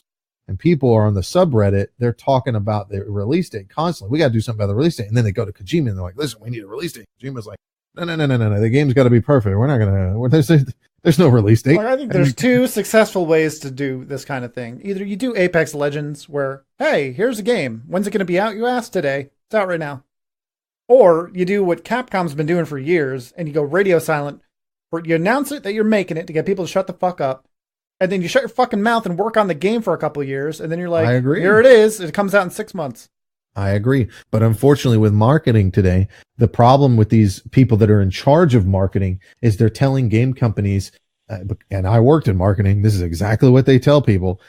You got to have it on their mind all the time. So when you announce this shit at E3, it's on their mind. You got to keep reminding them, do a trailer 6 months later that's like a fucking, just keep pumping it. Like, look how many trailers Anthem had, like 6 to 7 trailers. Look how many trailers Metal Gear Solid 5 had. They had a fucking filmmaker make a real life trailer that was better than the game. Yeah, this is a problem with the marketing of the video games. Is the marketing in video games is all about keep it in their mind, keep it in their mind. And this is all kind of like throwing back to what we were talking about before, is the entire industry is so new that it evolved into kind of this whole clusterfuck of a system that does need to be changed. Unions probably aren't the right way to do it. Right. But I mean, when you're talking about marketing and shit, like the fucking programmer isn't going to be able to change shit like that. But gamers keep going back and forth between want the game now, we don't want microtransactions, and hey, fucking unionize. Right. Yeah, it's really a problem with the community itself, not necessarily the developers. Well, it's everyone is to blame. It's like, I'm sure. Where are you going to start the change? Yes and no. I mean, if your milkman wants to deliver milk to you, and everybody keeps complaining that is it milkman? I'm making a point. If you're a milkman, when the haberdasher says. You know, they used to deliver milk to your front door back in the day because there wasn't not a lot of people had refrigerators. Who paid that guy, huh? Well, people didn't have refrigerators. Well, I mean, some people did, but most people didn't have refrigerators, and milk would spoil quickly. So they deliver the milk to your doorstep, and you'd get however many bottles you paid for. And it was a subscription service similar to, newspaper and shit. And so in a situation where the milkman's bringing your milk every day, and then you have a bunch of people start complaining about it gets there too late, is it on the milkman and the company that's trying to appease their customers who are complaining that it's getting there too late? So they start.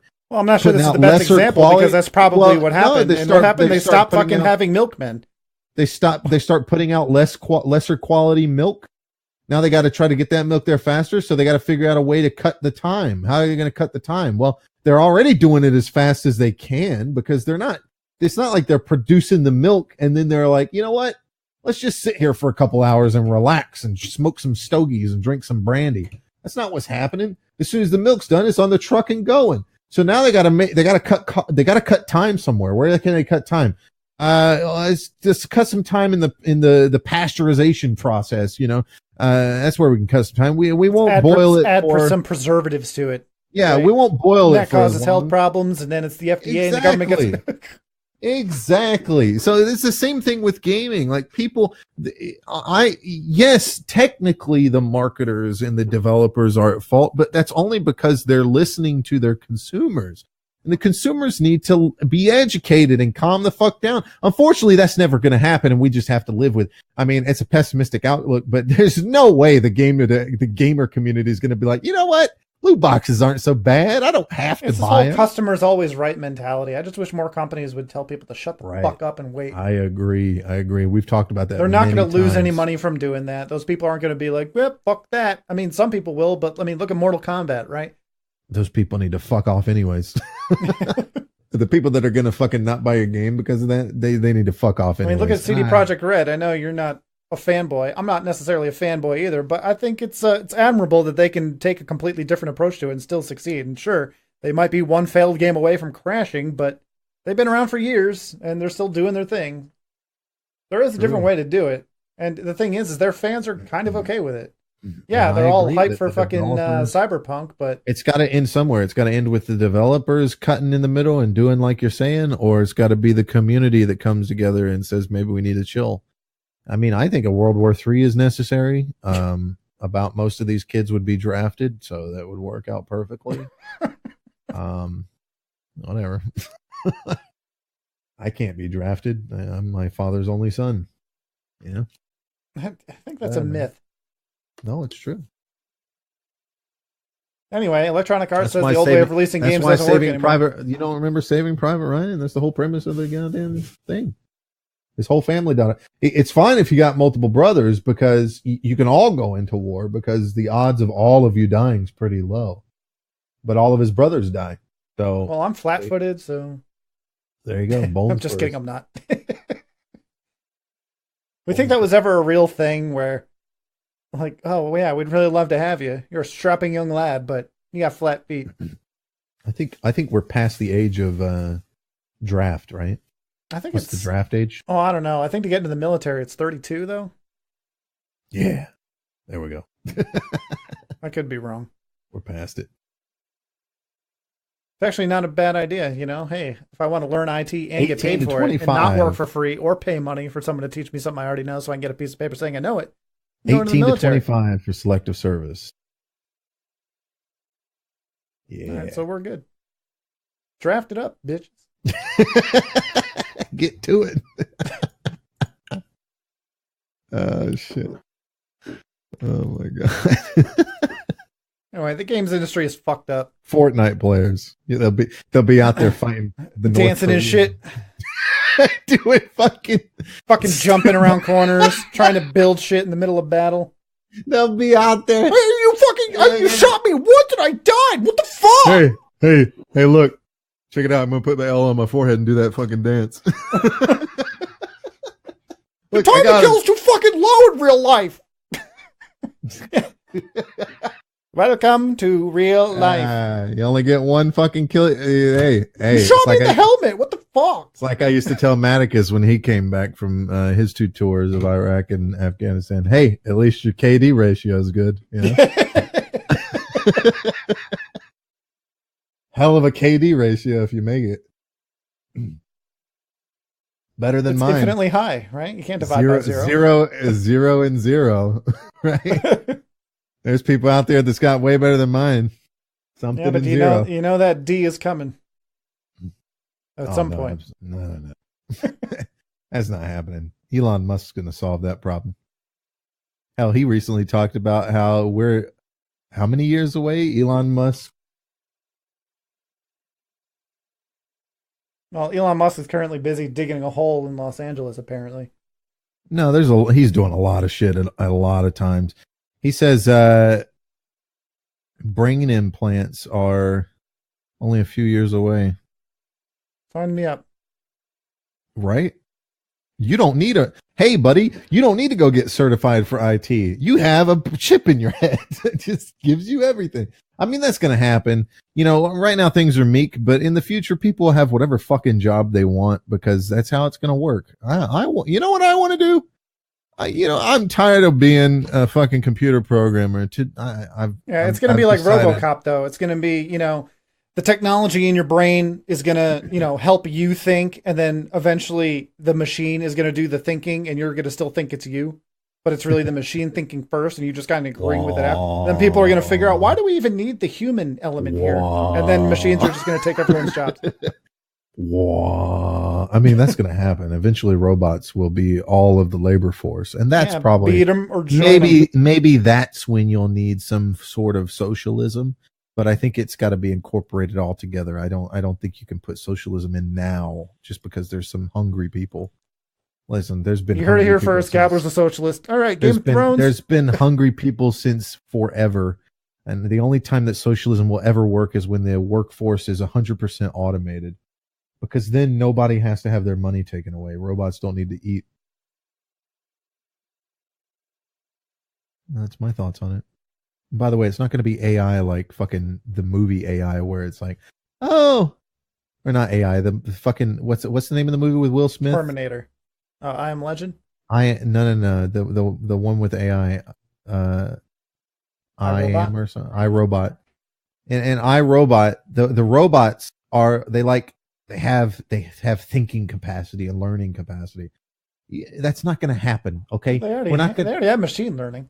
I know that, but I'm saying that's not going to happen for the workforce. The robot that's plowing the field is not going to be the same as the robot that's driving the truck. The truck's going to be the robot. The truck itself is the robot. The robot that walks on 2 legs is the one that unpacks the truck. Maybe it'll be on a track or something. I don't know.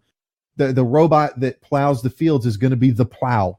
The robot that plants the crops is going to be a specialized robot for planting crops. It's not going to be everything's bipedal and looks like humans and they work like we do and replace us. Like, it's not going to be like that. The only bipedal human looking robots that look human are going to be the ones that are meant to interface with humans for the sake of it. And to the extent that you'll have robots similar to that movie with, what's his name? It's got the chick from, Hunger Games in it, and they're on a spaceship. What is his name? They're on a spaceship going to colonize another planet, and he wakes up early. You know what I'm talking about? What, that Chris Pratt movie? Yes, with Chris Pratt. The robot. Passengers. Yes, the robot in that movie that works the bar is only from the waist up because nobody needs to see his waist down. That's the kind of robotics we're talking about for the future. That's the more realistic version. We already have robots that do automated work in factories and shit. They don't look like people. It's just a fucking arm. That's all it does. Is it has a job on the conveyor belt. That's the kind of way robots are going to be implemented. And the ones that human interface and need to look at human, some of them will be bipedal. Some of them, like the bartender, will be just the waist up or something like that. Because there's no reason to put a guy with feet behind a bar when all he's got to do is grab drinks and put them on the fucking table. It's not going to be like it is in iRobot, where every fucking single robot is a goddamn walking transparent face. It's not going to be a thing. There'll be robots that fuck you and look like people. There'll be robots that maybe maybe like your house maybe not even your house robots, because we already have robots that do your housekeeping. We have Roombas. Those exist. And they don't look nothing like humans. Why? Because it's not necessary. Hey, someone modded a Roomba recently to cuss and shit every time it hits a wall. You don't need a robot to clean your house and look like a human. In fact, because humans are all about the process of making things better and more efficient. So when we create things, when we build shit, we do it efficiently. You know, when we built cars, they didn't have 4 legs. They had wheels, because wheels are better at moving a human than legs are. They can go faster and shit like that. So when you think about house cleaning, certainly you think about, you know, Consuela, because that's all you know. But the Roomba is the way it is because it's convenient. It's low to the ground. It does what it needs to do. It's the size it needs to be, and it stays out of your way and can go dock itself back to where it needs to be to recharge when it's done, and isn't some big, large thing that takes up a bunch of space in your house. And the same will happen for anything else. When you think of things like window washing and stuff like that, eventually they'll just have some kind of fucking glass that doesn't need to be washed. But, you know, if anything that's in your house that needs to be done by a robot, it's just going to have an automated system. The toilet will clean itself. It's not going to be some fucking robot cleaning your toilet. It's going to be a toilet that cleans itself. It's not going to be anything that we've ever had in sci-fi like that. The only drones walking around are going to be for human interfacing only, I think. Hey, on another note, we kind of missed our window. DICE is removing duos from Battlefield 5 Battle Royale. Lack of player interest, they say. Yeah, well, it's because there's a lack of players. It's probably the issue there. The real issue is probably a lack of players. I mean, we haven't even played that mode. It's probably fun. But you know what? I'm going to say it. I've lost interest in BR games. Good. It's about time. Just 100%. Just 100%. It's over. I can't do it anymore. I think back on, you know, there'll be these moments where I think back on Blackout and it was fun. But we'll never get that back. That's why I think games like The Division are better. Like, you can go into the Dark Zone, and it's kind of like a BR kind of thing. You're still looting, but you get to keep the loot. You die, you don't lose everything. I still don't like the fucking Dark Zone, but, you know, just saying. It's similar. It kind of, to me, it fixes everything that's wrong with BR. Right. If you die to some fucking bullshit, no big deal. Well, and you get a loadout. It was nice while it lasted, and I'm sure it'll still be popular for a while. And who knows, maybe I'll change my opinion if somebody comes along and does a way better job at it. Maybe that's the issue. Maybe somebody needs to come do a better job at BR. Well, yeah. But what we got now ain't it, fam.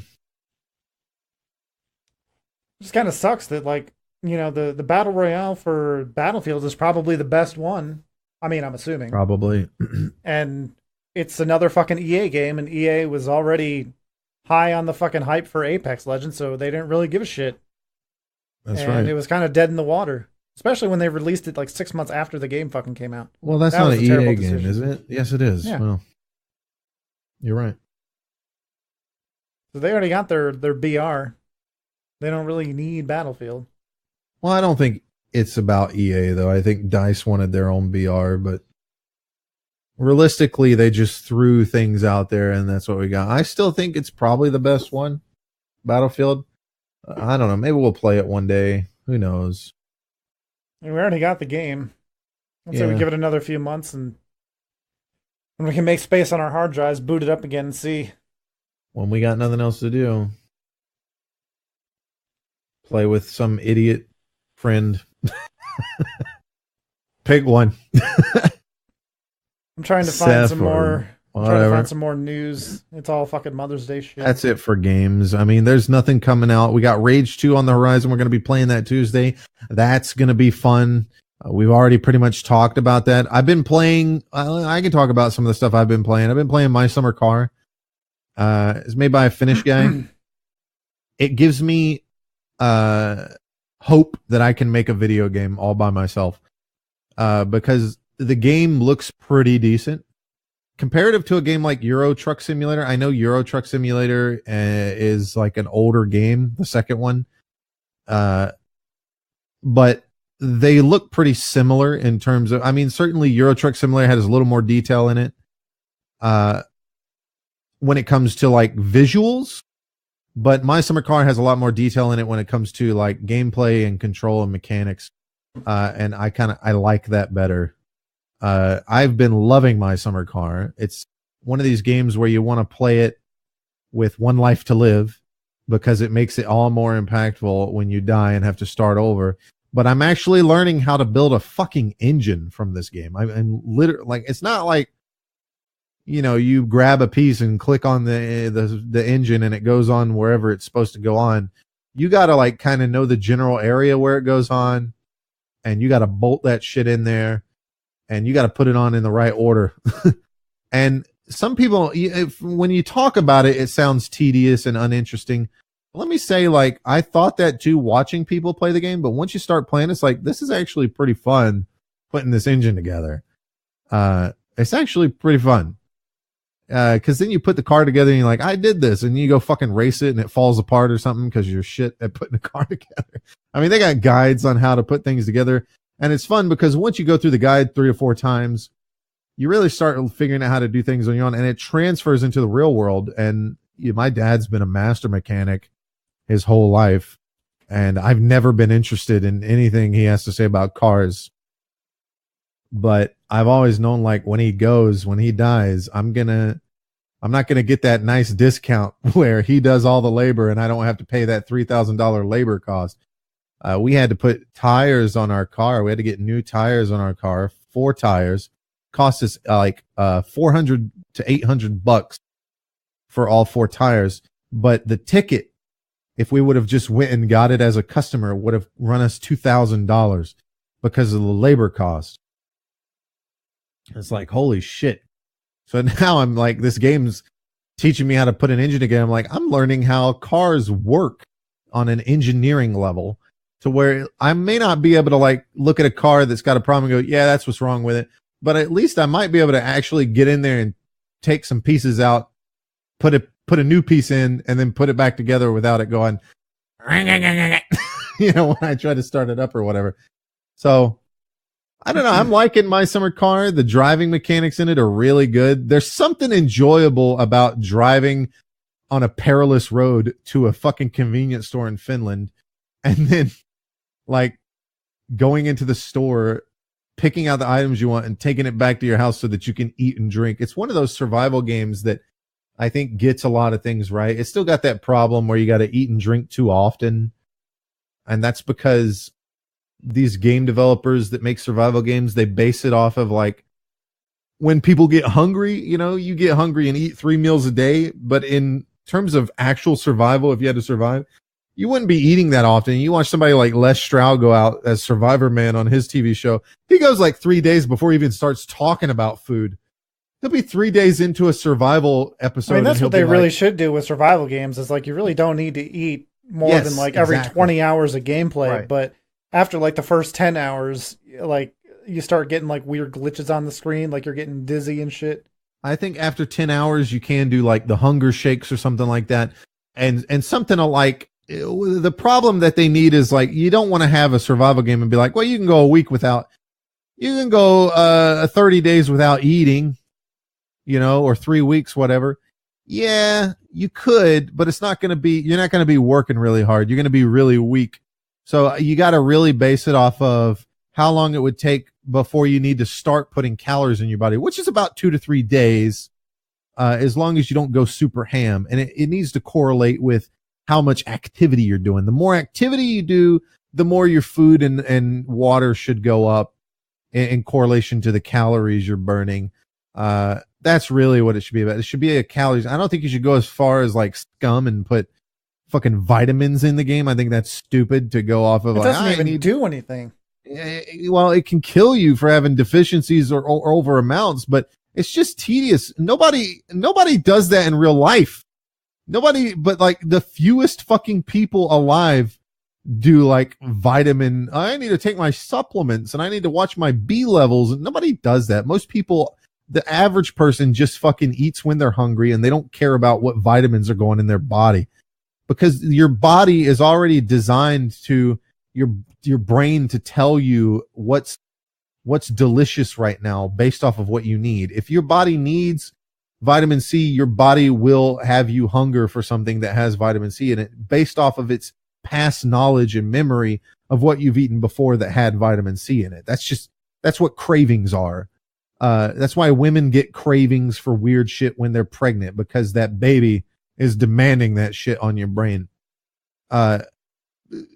So in a video game, it just needs to be, I think you can do a calorie system, but don't do a vitamin system. You can absolutely do, I think calorie system is the best way to do it.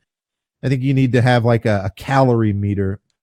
And as your calorie meter goes down, you can run, you don't run, you get to a point where you can't run. Like that's a symptom of it. If your calories are too low, eventually you get to the point where you can't walk that fast. And if you don't deal with it, you just die of starvation by falling to the ground and sitting there. And then, I mean, if I made a fucking survival game, I'd have you sit there for like 30 minutes in real life before you actually died. Because you can kill yourself. Right. You kill yourself. I'd give you ways to kill yourself. Real quick, Rage 2, 2 big paid expansions. One's $20. It comes out in August. The second one is unannounced with no price, and the first one comes with the deluxe edition. Yeah, they're not losing anything. It's the same by price. The deluxe edition. Yeah, the deluxe edition is just a gun and some cheat codes for an arcade game. That's it. Some stupid banner. Yeah, I'm just getting the normal version. Yeah, I think I'm gonna get the deluxe. What? Okay.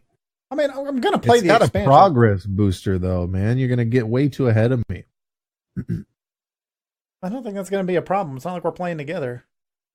Yeah, it's an open world. I mean, we're playing it at the same time, but it's not co-op. We'll make it co-op. I'm opening the door. Play it like we play horror games. All right, waiting for you at the top of the stairs. You're here in my heart. Yeah, it's going to be open world, just having a good time. I think it's a waste of money to get the deluxe edition, and you should save your money for something else. Because sales might come along on some other games. I don't think we're going to be playing Rage 2 for more than a week. It's going to be like Doom. Well, we'll see. All right, I guess we'll move on to Game of Thrones, because we do have a bit to talk about. That's it for the gaming segment. Yeah. I mean, I ain't got nothing else to talk about. One every podcast. One big burp. All right.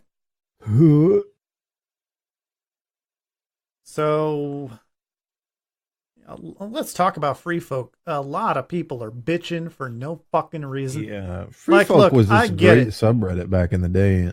Here's the thing: is like I actually agree with some of this, but I don't think it's as big of a deal. Like, all right, spoilers. There's gonna be spoilers if you haven't figured that out yet. Well, it's not like is it spoilers or supposed leaks? I'm just gonna say it now because I don't feel like trying to not say certain things. Well, there's no leaks for this week's episode, or at least not that we're aware of, and we're not gonna be aware of them until the end of the episode. Honestly, I think that the leaks are gonna be mostly true. Unfortunately. Because a lot of the stuff that I had said, there's a lot of similar stuff in the leaks. Oh, like, well, allow me to retort. Well, I mean, like I always said that John was going to kill Danny or Danny was going to kill John. And then recently I was leaning more towards John killing Danny when she started going all crazy. And that's what the leaks say is going to happen. So, I mean, let's talk about the actual Reddit real quick. They're taking shit like Ghost not getting pet before John fucking leaves. And every other fucking meme is something about Ghost. I don't give a fuck. I don't give a fuck about Ghost. I'm sorry if you're a Game of Thrones fan. Like, trust me, I like animals and shit. But, like, this is a show. And there's, like, you know, important shit going on. And none of it has to do with the fucking politics. Like, I don't fucking care. I just don't. Like, it's the last 2 episodes and you're worried about the dog? Fuck off. Yeah, yeah. And the other thing that people are bitching about a lot is the fucking coffee cup. But what happened to those people she locked in the vault back in season 3? Well, those are just people. Fuck people. The dog, my dude. What about Nymeria? We haven't seen her yet. What happened to her? Character development is important in Game of Thrones. Where's the character development for Nymeria? She's a fucking dog. I'm sorry. She's a wolf, and she's leading a wolf pack out somewhere in the north. That's all you need to know, because that's all that fucking matters. I got an idea. Shut the fuck up. Now, the other one is the coffee cup thing, which, you know, some of the memes are funny. I'll give them that. Yeah. But, like, I don't fucking care. And people are taking this and being like, they put all this budget. This is just another piece of evidence that the developers don't give a fuck. Yeah, if they don't give a fuck, then why did they edit it out immediately and put a new version up on HBO? You can't even see the coffee cup. If you go back and rewatch the episode, they've already updated it with an edited out version where they went in and painted it out by hand. Okay? Frame by frame. They don't give a fuck. They don't give a fuck. Give me a break. Now, they give a fuck. But out of the stuff that happened in the last episode, it was a mistake. Some dumb bitch like fucking Emilia Clarke put her fucking Starbucks cup down, and when they said action, she didn't think, oh, it's sitting here. And then it just so happened that the editing guy, I don't know, looked away, or I don't know, it just wasn't paying attention. It's not that easy to see when it's in motion. I didn't notice it. He wasn't going frame by frame. It's literally, you put something like that out. You have a 2-step process. Okay. I'll give you 3-step. There's a 3-step process. You have the actor or actress who put it on the table, or maybe it wasn't even an actor. Maybe it was like a grip, or, you know, some makeup person fucking coming in to do a little makeup or whatever. Someone's fucking nephew drinking Starbucks. And then on top of that, you have the director who sees it, who watches the playback after the scene is shot to see if he likes it or not. And you're talking about like 3 to 4 frames of the shot. And then you have the editor. Those are the 3 people that have to catch it. Otherwise, you have I don't even think they premiere episodes. They premiere the first episode, right? It's not like a movie where they all get in a fucking theater and watch every single episode. They just watch the first episode when they do premieres. So then it goes out to millions of people. You're bound to get somebody to catch it. How do they catch it? If the episode's so fucking dark, how'd you see the coffee cup, you fucking idiot? Were they just watching? It's very likely that somebody paused randomly to go do something, or maybe they were looking to get a screenshot and then they happened to see it. You know, how many people are pausing at different points in the show?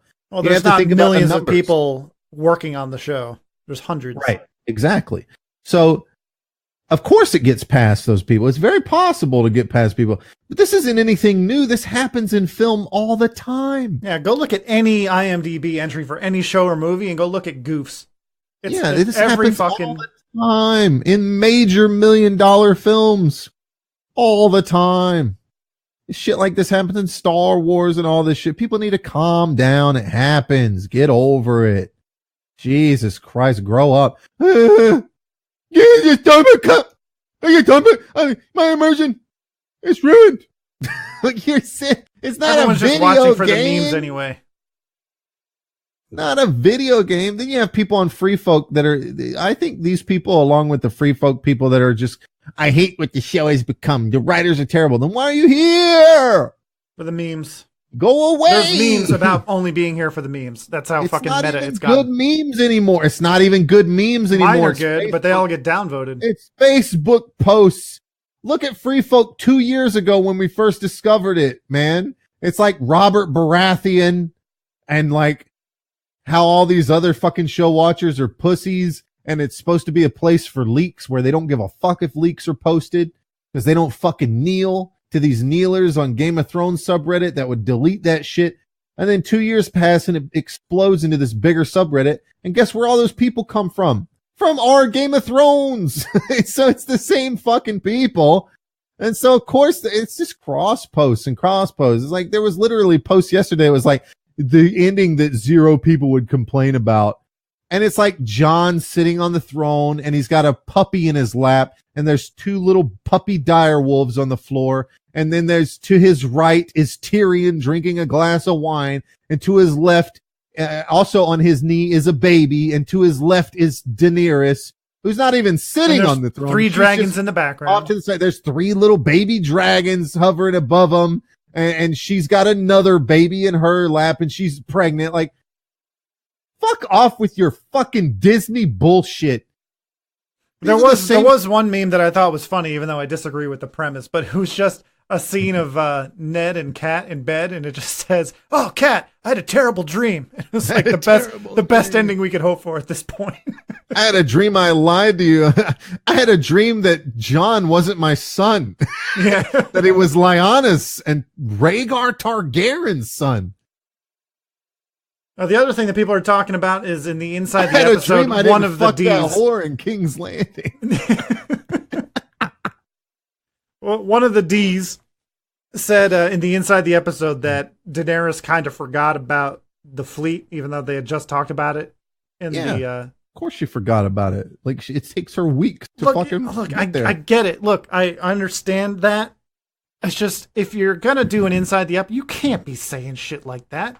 I agree, but listen, people forget all the time, so it's realistic to assume that characters I had and shows no problems forget. with the episode, but I'm just like, she's not just I hear him say straight this. There.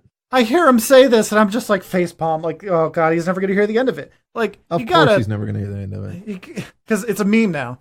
Yeah, I know. I've seen it.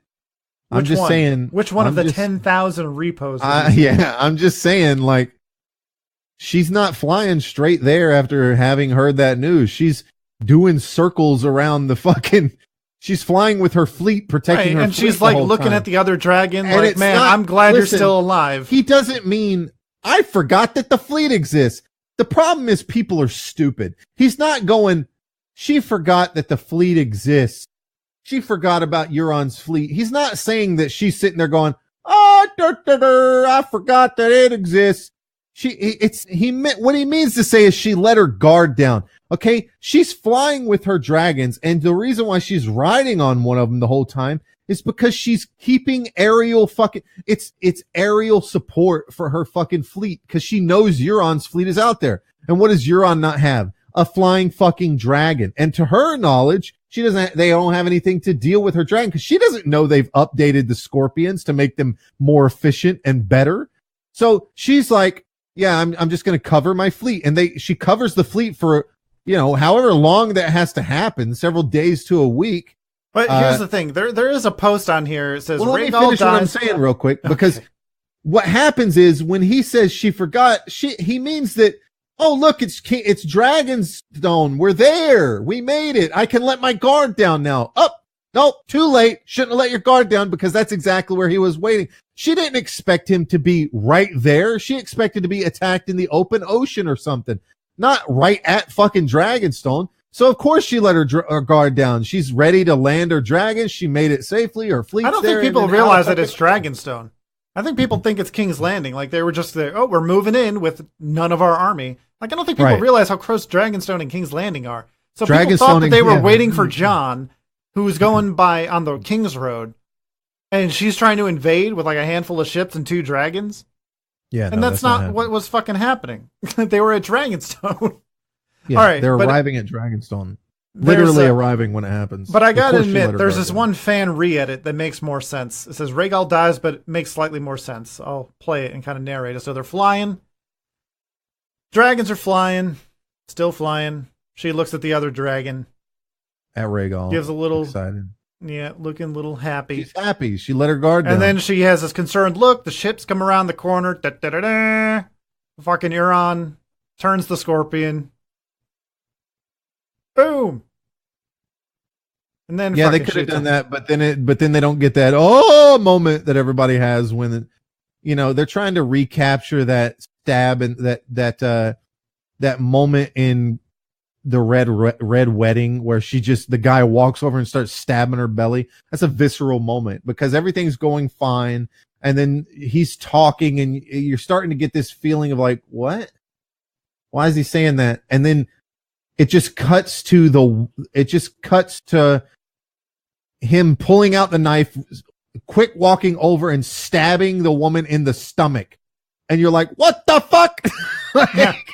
That's what they're trying to get. If they show the ships coming out and you're on, that ruins that moment. And now you're just going, uh-oh, get out of there. Oh, no, Yeah, it happened. I didn't really have a problem with that scene. I mean, people were bitching about line of sight and stuff, and it's like, it's not. Look, first of all, they shoot on an arc. You only need one ship to kind of be able to peek over the mountain in order to hit the dragon, or a couple. I mean, speaking, he would have came around. He would have came, out from his little hiding. No one was expecting it. No one was looking for him. Right, of course, nobody was expecting it. Their guard was down. Yeah. So, I mean, what I have a bigger problem with is why aren't they using Bran? I agree. Bran apparently has the power to know where everyone is. Maybe Bran's an asshole. No, maybe here's the thing. Bran doesn't care anymore, so he's not going to go out of his way to No, that's what I mean. Maybe he's an asshole, and that's why he just won't say it, because he just doesn't care. Well, no, he has to look. He still has to look, but he's not going to take the time to go scout out shit. But that's not my problem. The problem I have is why, knowing what Bran can do, why wouldn't you be using him all the time and asking him all kinds of questions, all the time? Well, they could be, and they're just not getting answers. Hey, do we win this thing? I like my chair. I mean, we disagree here. I don't think he can see the future. I think he can make good predictions about the future based on the past. He can see the future. It's confirmed. How? It's confirmed. When? He can see the future. Where? That's the whole process of green seeing. Why? It's on the Wikipedia page from the. But I mean, the show writers could be changing it. Maybe in the book he can see in the future, and he can't in the past. I don't know. Listen, I think he can see the future, but I think that the reason why he doesn't tell people about stuff is because what's happening is supposed to happen.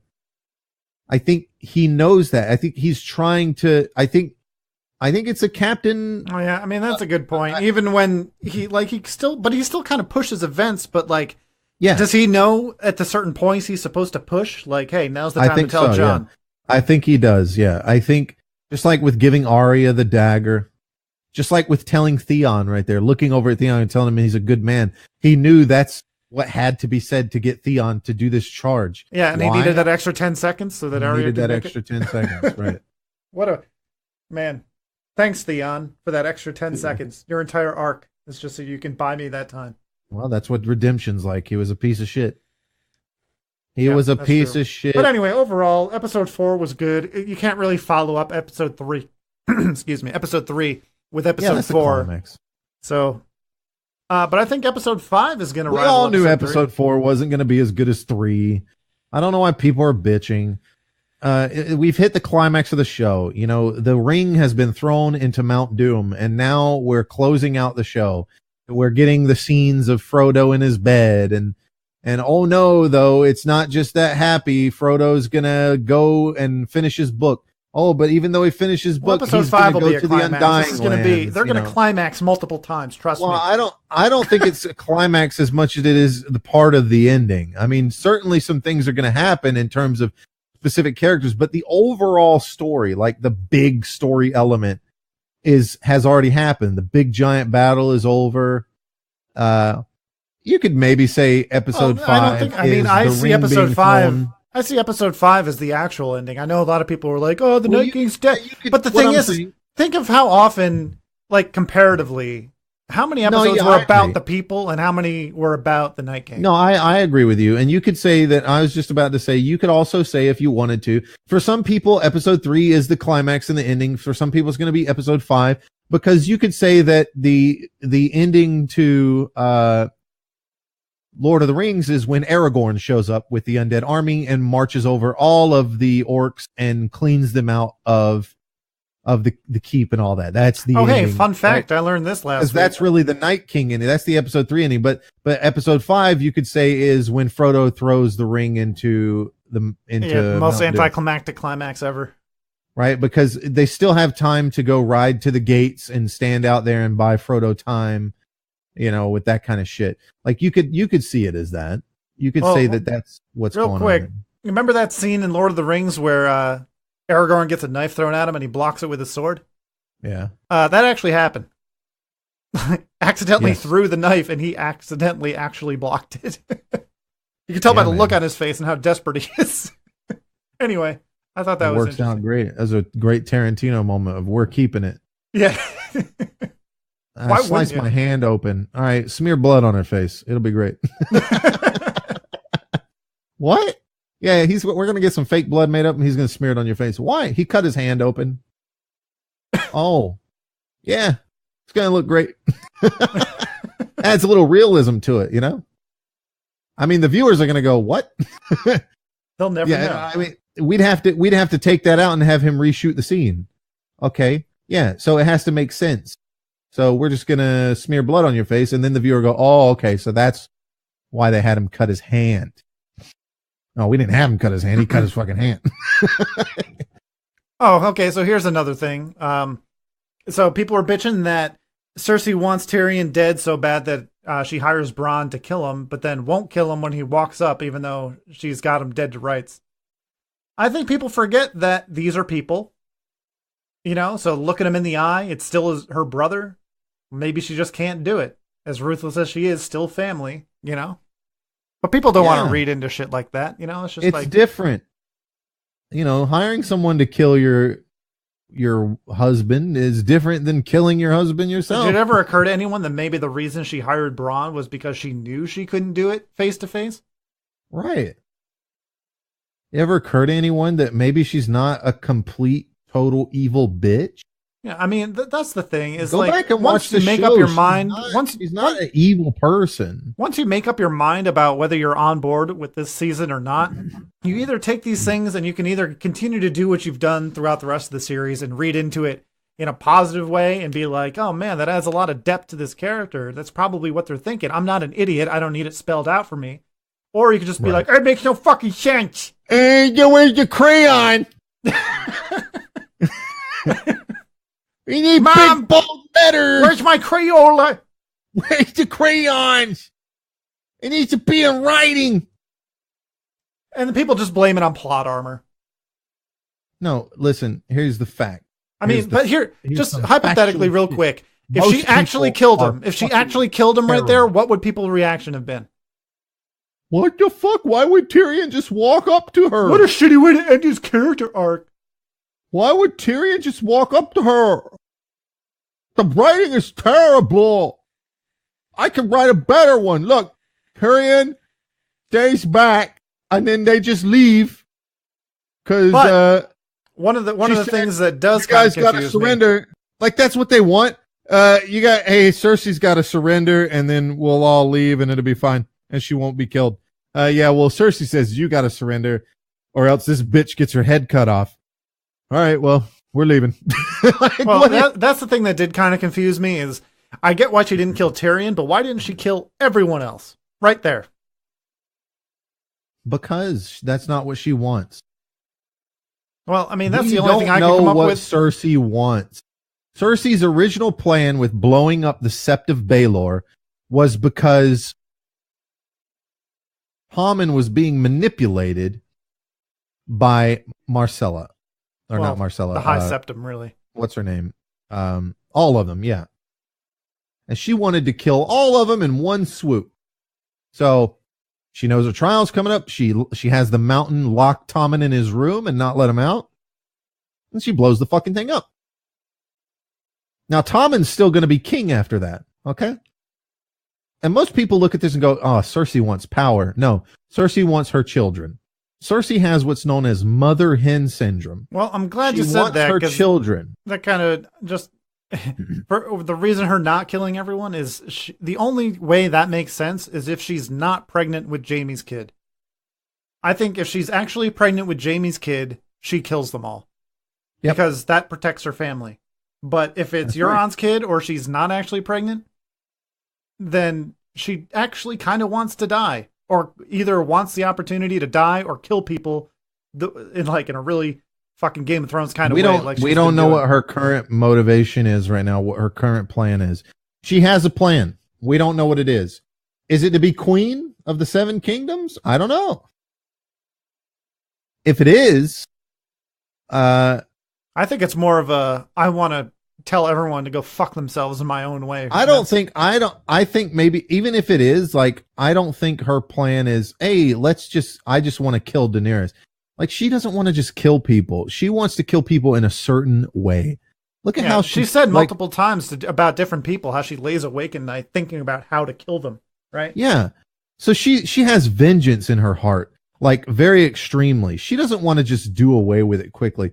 Think about the people she's killed on the show when she had the opportunity. The nun that had her walk through the street ringing her bell saying shame. She didn't kill her. She locked her away in a dungeon and had the mountain rape her over and over again, right? She didn't kill her. She doesn't want you to die right away. She wants you to die slowly and painfully. Same thing with the chick from Dorne, right? She's gonna have her die slowly. She thinks Tyrion killed Joffrey.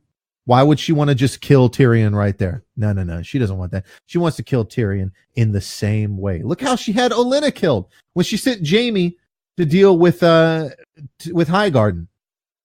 When she sent Jaime to deal with Highgarden, what'd she do? Here's a poison. It's going to make it painless, but you're going to die of poisoning, right? That's what she wanted, was her to be poisoned. Well, Jaime she made wanted sure much it was worse. painless. Yeah, she wanted worse. Jaime gave her a painless poison. She probably didn't know wanted that him. Olenna killed Joffrey, so the poison was probably accidentally ironic. Well, that might be true. And I guess Jaime never told her that Tyrion. I don't remember if Jaime tells her that Tyrion didn't do it. He does? And does she believe him or not? I don't remember. She kind of doesn't care anymore. She's kind of pissed that she still died painlessly. Well, she's kind of upset that her father died too. Like, even though she didn't like her father necessarily, she still loved her father. Well, she learned a lot from him. That's about it, right? Well, she has a line about how he was always trying to protect him. I don't know. I think part of her doesn't want her I think it's a hard decision for her.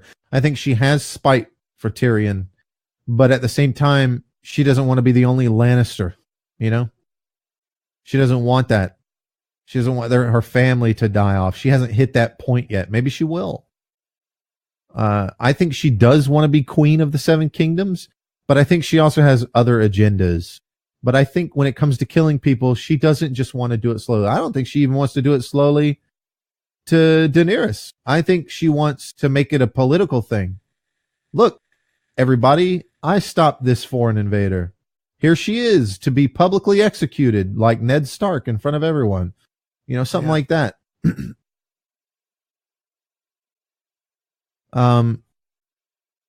It's probably going to cost her.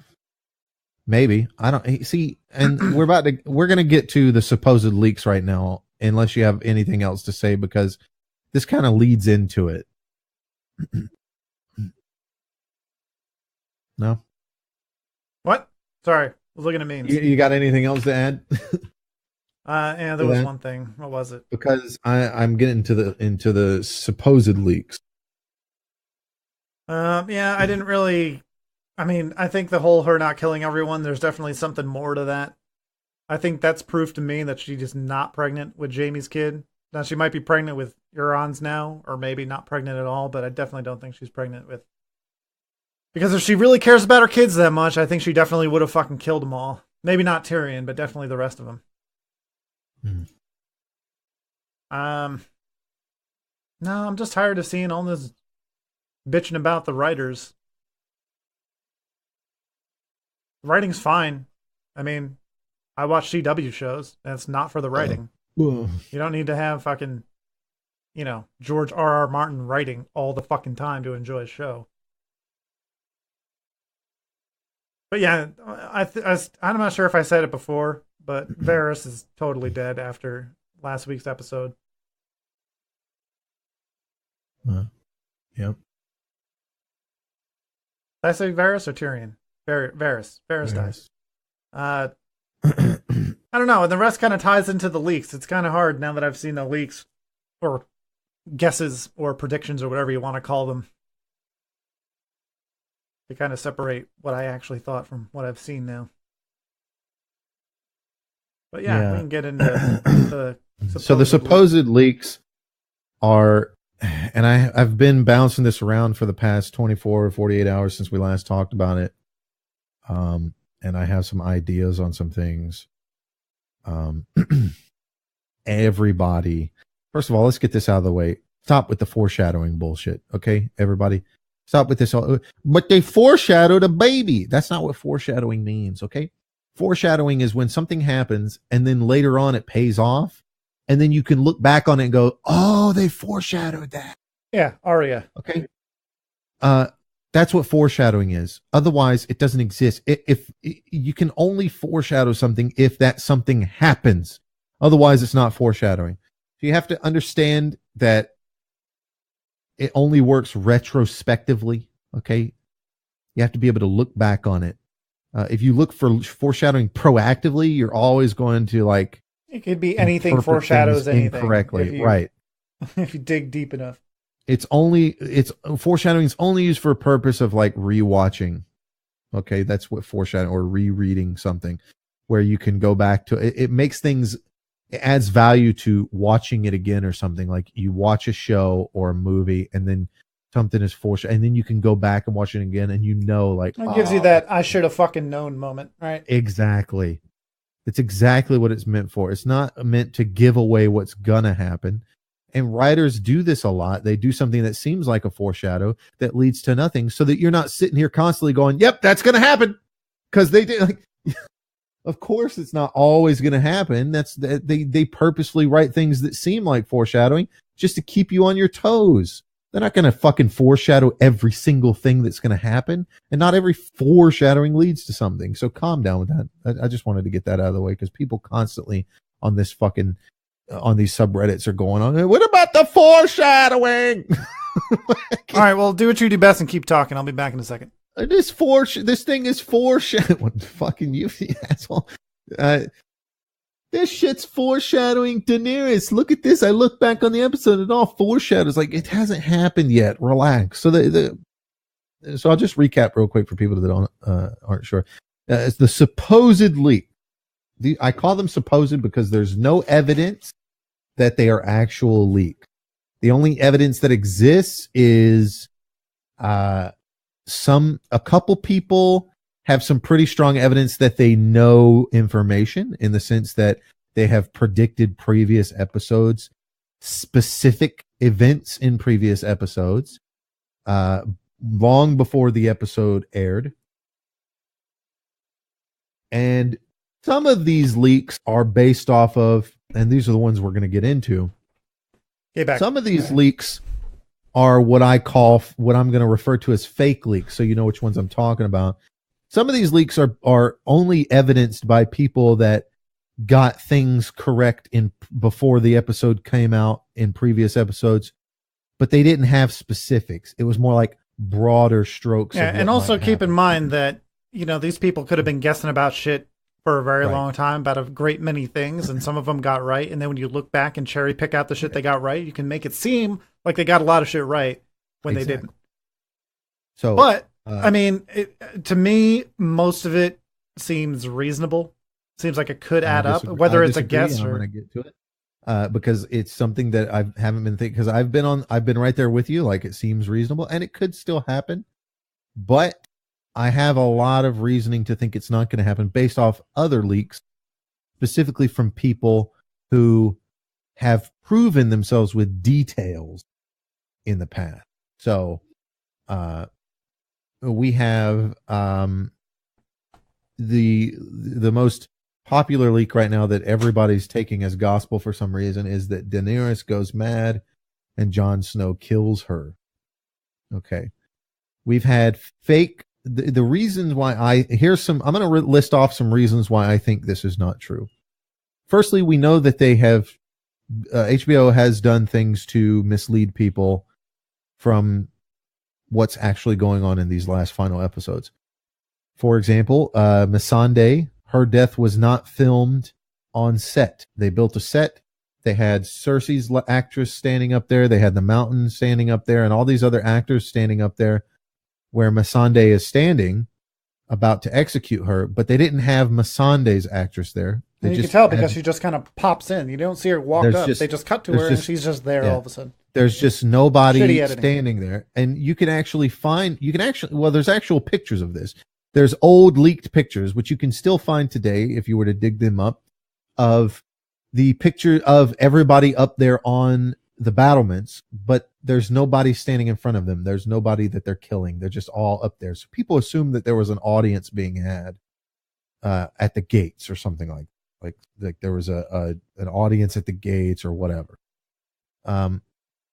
And a lot of people also assumed at the time that somebody was being executed. So that's where a lot of these guesses on who was being executed comes around. Masande was filmed in a studio on an entire green screen setting. And there's actual footage of that. I think the footage of that, and actually what I'm talking about, I think they actually talk about in the after episode of the previous season. So you can go back of the previous episode. If you go back and watch the previous episodes, oh God, it's not it might not be the after episode. It might be like the deep dive thing they do. You can go to YouTube, HBO's YouTube channel, and or it might be Game of Thrones YouTube channel, and they have specifically a video there that runs like 40 minutes. They put this out a couple days after every episode where they deep dive into the episode of all the effects and stuff like that. And there's actual footage, and I've seen it, of Masande standing in a studio on a green screen doing her lines and doing her visuals and stuff like that, and they paste her into that scene.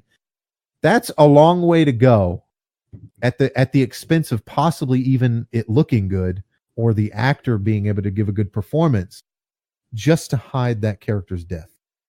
So if you don't think they're willing to go, if they're willing to go that far for a character like Masande, how far are they willing to go for Danny or John or a big character like that, right?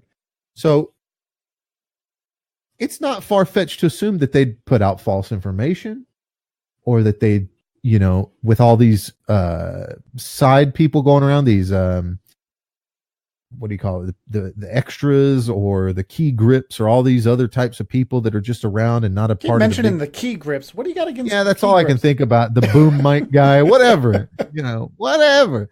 Anybody that might be on a set or a stage as a behind the scenes player that might not have a giant interest in keeping everything under wraps.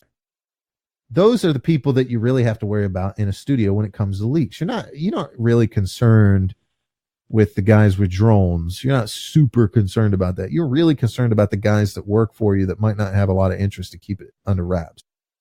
So maybe you have a couple characters in a scene together, making it look like something's happening when it's not actually going to happen.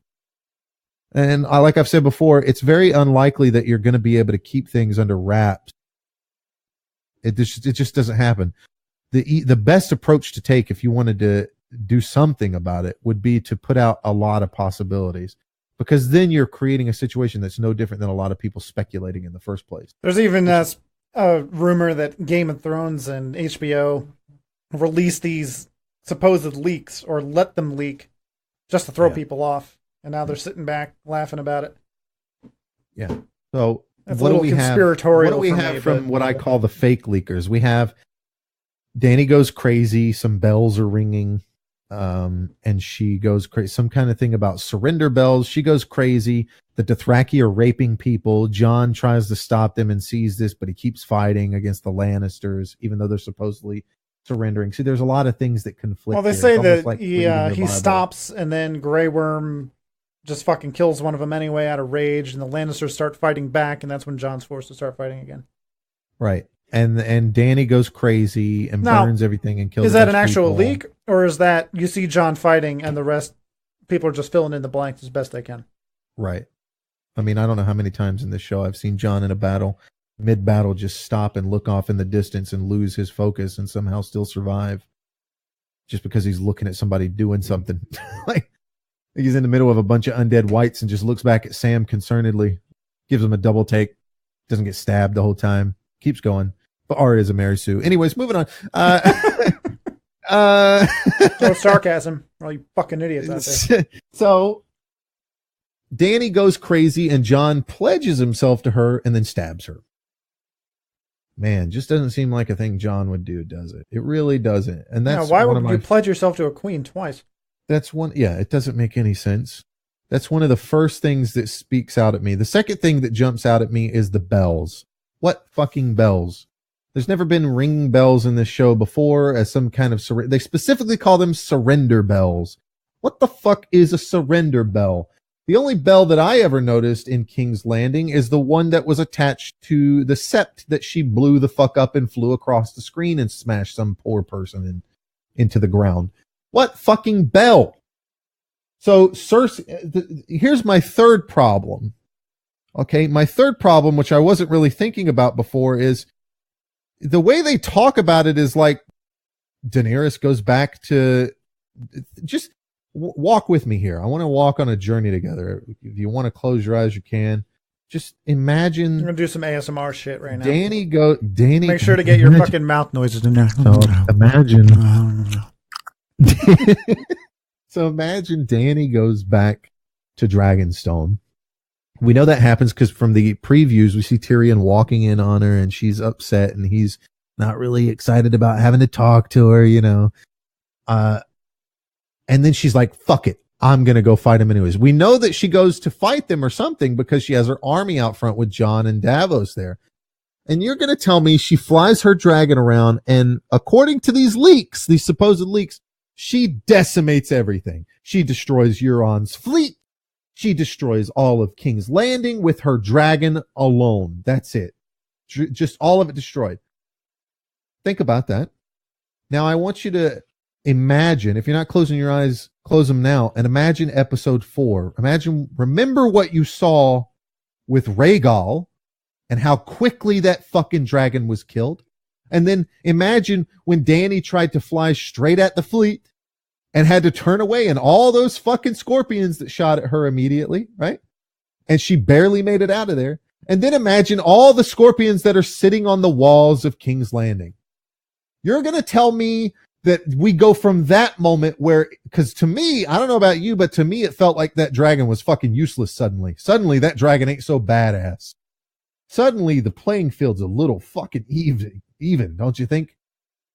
You're going to tell me we go from Dany being overwhelmed with these scorpions to she just doesn't give a fuck and just burns the fleet, destroys the fucking King's Landing, all that, no fucking problem with Drogon? It feels like somebody that wrote it has the IQ of a fucking goat. God, like you're going to be eating your words when that actually happens. Because those people that wrote it are going to be the writers. They're going to be right on board with the rest of them. Yes, I will. I will eat my words. And I will stand by that. If Dany just destroys all the scorpions with her dragon, that's fucking stupid. Now, there's one little thing they could do. Maybe they go in and sabotage the scorpions and cover a night or some shit, some fucking classic fantasy writing shit. Or she doesn't go in until her ground force penetrates the walls. What if they just go in at night and there's no moon and you can't even fucking see the dragon? I mean, I don't know. Maybe if that's the case, sure, I won't shit on the writing. If there's some way that they get the scorpion equation out, I won't shit on the writing. But I'm sorry, I just can't believe that Dany's just going to decimate a fleet that was previously a giant threat to her. She abandoned, like, the reason why Missandei was captured, the reason why her fleet was destroyed was because she abandoned it to save Drogon. Because when she charges at them and they shoot all those scorpions at her, she has this moment of clarity of, okay, I got to get the fuck out of here. She turns around and flies away back to Dragonstone. And her entire fleet is decimated and Missandei is captured because they didn't have that air superiority anymore. I mean, we go from that to that's another reason that I don't believe in the Dany goes crazy and burns King's Landing to the ground. I think they might have a battle, but I don't think she goes crazy and just burns King's Landing. I don't believe I think it could happen. I think there's just a piece we're missing that the leakers have missed. That's true. Because I'm still on board with the Dany goes crazy thing. Because like I said, I thought Jon was going to kill Dany or the other way around. I think they're setting it up for her to go fucking crazy. I don't think it's going to be the bells that set her off. I think there's a critical piece we're missing here that will make sense. I don't know what it is, but I mean, that's the only way you can kill a character like her, right? Because you have to justify it. Otherwise, it makes no sense for anyone. It doesn't make sense that Jon would kill her. It doesn't make sense that Tyrion would turn on her. Varys would turn on her.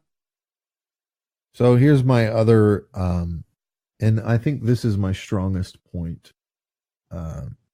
as to why this isn't going to happen with the John kills Danny thing. And again, this could be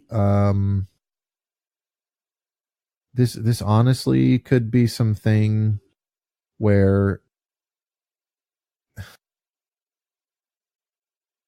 God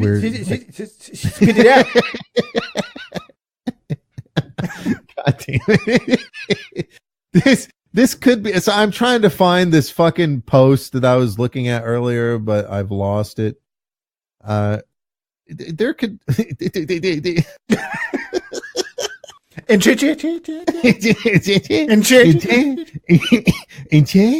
Time to meet your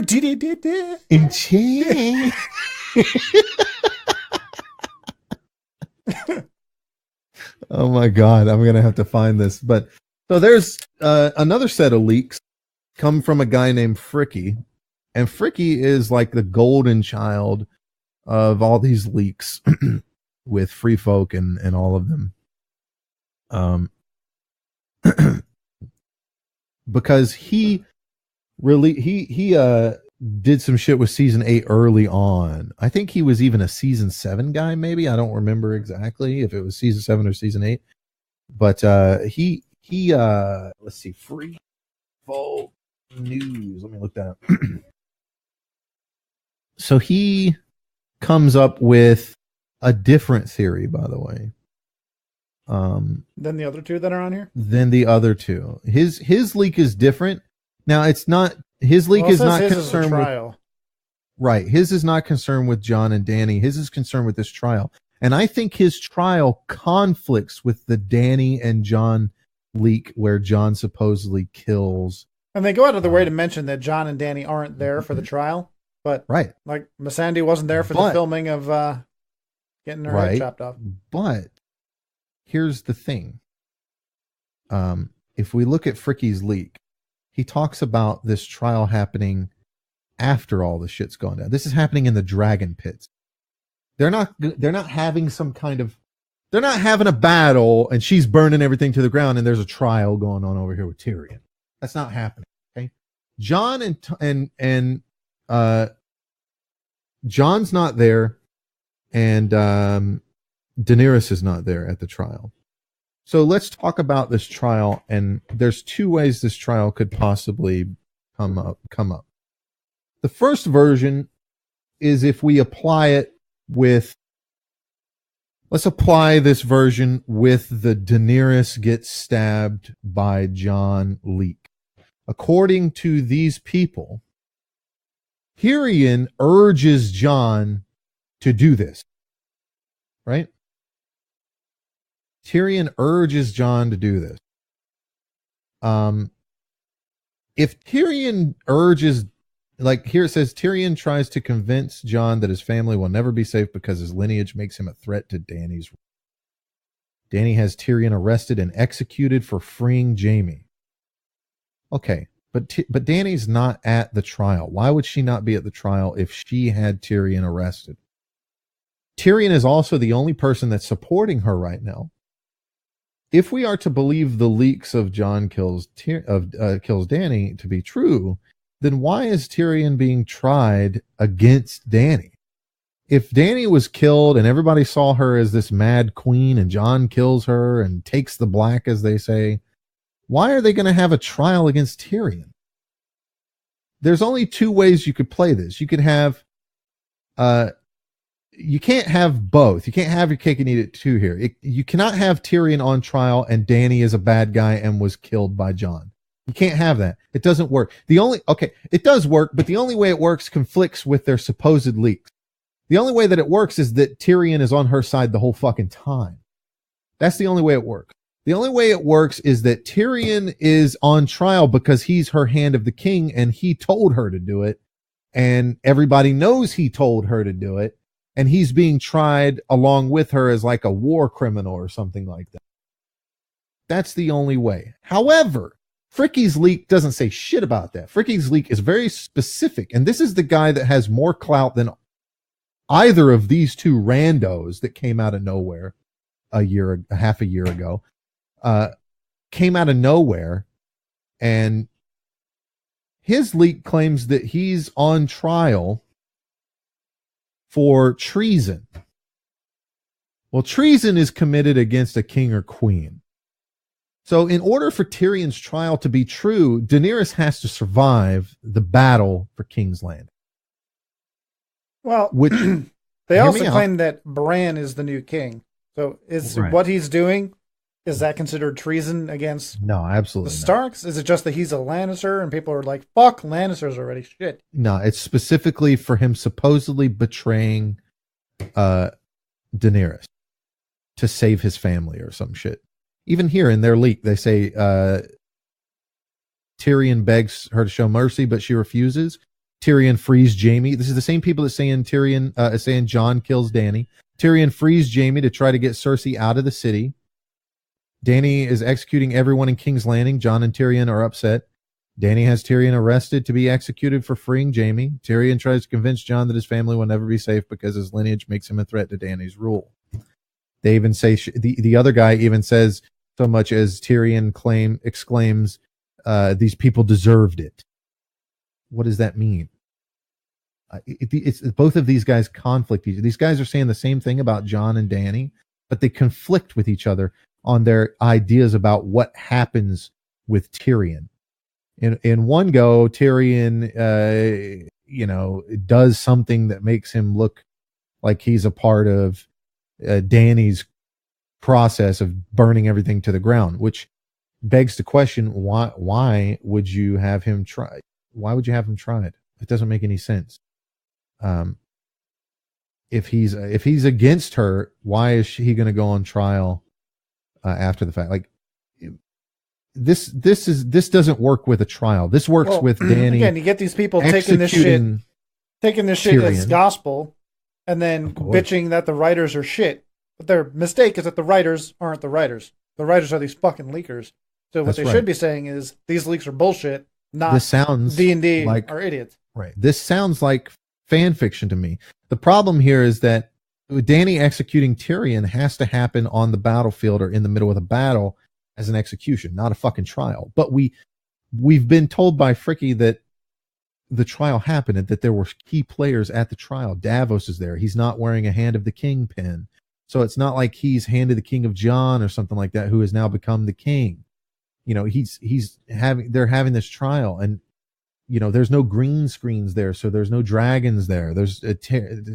Dany's not there. Cersei is at the trial according to him. So there's a lot of conflict here that doesn't play out super. They don't work together. You can't have both. You got to have one or the other. So you could have a Tyrion trial if he actually betrays Daenerys, and Daenerys puts him on trial and has to do something else and go somewhere else or something like that during the trial, or maybe is there and they just didn't realize she was there. Maybe they're there CGI, like you said. I don't know. It's not that hard to put somebody in CGI when they're not doing anything, right? And there's another weird thing for the other one, the King's Council ending. Sam suggests holding a democratic election and the other nobles laugh at him. What the fuck is Sam even doing there? Sam's not there. Right? Sam and Jon parted ways. Sam is in Winterfell. They even made it out like they'll never see each other. So that right there should tell you that leaker is fake. I mean, you can't just cherry pick things that do happen and then ignore. He said Arya is useless. What, for the next couple episodes? For the whole season. He was talking about the whole season. This guy's leak was from June 14th, 2018. And that's what people do. People read this list from June 14th, 2018. Cersei and Jaime are holding each other when they die. Jon Snow and Dany survived from this time. Only one dragon is left. And if these are true, you're going to have two really shitty endings for 4 different characters. You're going to have fucking the Hound in the Mountain falling into fire, and you're going to have Jaime and Cersei getting crushed by a collapsing Red Keep. I don't know if we talked about this in the last podcast or if it was like on stream or something, but this is the thing that people do. So they see in this guy's leak, he says, only one dragon is left. Remember, this guy said this in June 14th, 2018. Then the guy says, something to do with a scorpion needle, one of the dragons in the Lannisters, ? I don't know if I heard him correctly. people will look at that, and just like when people deal with psychics and shit like that, they attach their own ideas onto it. They immediately go, look, he was right. There is only one dragon left. And they did kill him with a scorpion. I mean, I don't know what the Lannister parts to do with, but it was the Greyjoy. It was Euron's fleet that did it. So he was really, really close. That means he must know. He just didn't have all the information. He wasn't sure exactly. Well, Jesus fucking Christ, a 4-year-old could watch Game of Thrones and go, one of the dragons is probably going to die to a scorpion needle, considering Chekhov's gun. We had one dragon die to a fucking spear from the Night King, and then you have this scorpion thing that Cersei made that they hyped up so much and stabbed Drogon and almost killed him. You don't think they're going to kill one dragon with a scorpion? Get the fuck out of here. Of course they're going to do. That's an easy guess. He then goes on to say last 3 episodes are in front of King's Landing. Another easy guess. That's a 50-50. The undead things are dealt with in the first 3 episodes. Another 50-50. And by the way, I don't know exactly when we knew that episode 3 was the Battle of Winterfell. I don't remember how far that went back because I wasn't deep diving into Game of Thrones at the time. But there are people that follow shit really fucking zealous. And a lot of this type of information is easy to deduce when you have pictures and images and stuff like that going on. If you know from like leaked pictures that like Winterfell is going to have a big battle at it, and you immediately think, well, that's probably with the Night's King, right? Because he knocked down the wall at the end of season 7, he knocks down the fucking wall. It's easy to deduce that there's going to be a battle at Winterfell. Hey, there's some pictures that have been taken of some sets at Winterfell where there's battle damage going on and they got shit out in front of it. Guess there's going to be, which one's more likely? The Night King or random Cersei army she picked up? Probably the fucking Night King. So yeah, I think they'll probably end it there. And then they have to they can't just end it there and it's over with. They have to go back and deal with Cersei because season 7, they were leaving to go to Winterfell to fight in the Great War, right? The Great War. The only one that matters. They were already going to Winterfell at the end of season 7. So it's easy to deduce that they're going to deal with the Night's King and then have to go deal with Cersei. It's not just going to all end there and be left on a fucking bum, bum, bum, ba-da-da-da-da. It's not going to do that. So it's easy to go, six episodes in the season. Yeah, they'll deal with it in the first 3 episodes. That's just a 50-50. If you say they deal with him within he doesn't say in the 3rd episode. He says within the first 3 episodes. That means if it ends in the 2nd episode, he's right. Look at that. He got it. Yeah, plus, it's like saying they'll end it in the first 6 episodes. If you have 100 people coming out, right? And some of them say 1st episode, 2nd episode, 3rd episode, and then you just cherry pick all the people who were right. That one guy is now a leaker because he got it right. It's not like one guy guessed, right? Like a lot of people fucking guessed. His next line is Missandei ? Maybe dies ? He doesn't know. He's talking about his friend that gave him this information. I mean, another decent guess. I was telling people one of my guesses, it's a common thing in Game of Thrones to guess who's going to live and who's going to die. And one of my guesses has been Missandei the whole time. I've guessed multiple times that Missandei will die. Either Grey Worm or Missandei. I've said that many times. Some people just go and pick one and they say that's it. Cersei makes a meat shield of all the innocent people to stop them from coming in. Okay. I mean, what is it? What does that mean? Does that mean exactly what we saw happening in episode 4? Or is that somebody's guess of the type of person Cersei is? Or has it been alluded to? Or is that from a picture that was taken of a bunch of extras inside the keep of King's Landing or something like that? You got to remember these kinds. The dragon blasts through all the people, doesn't care. Quote, Arya is useless, unquote.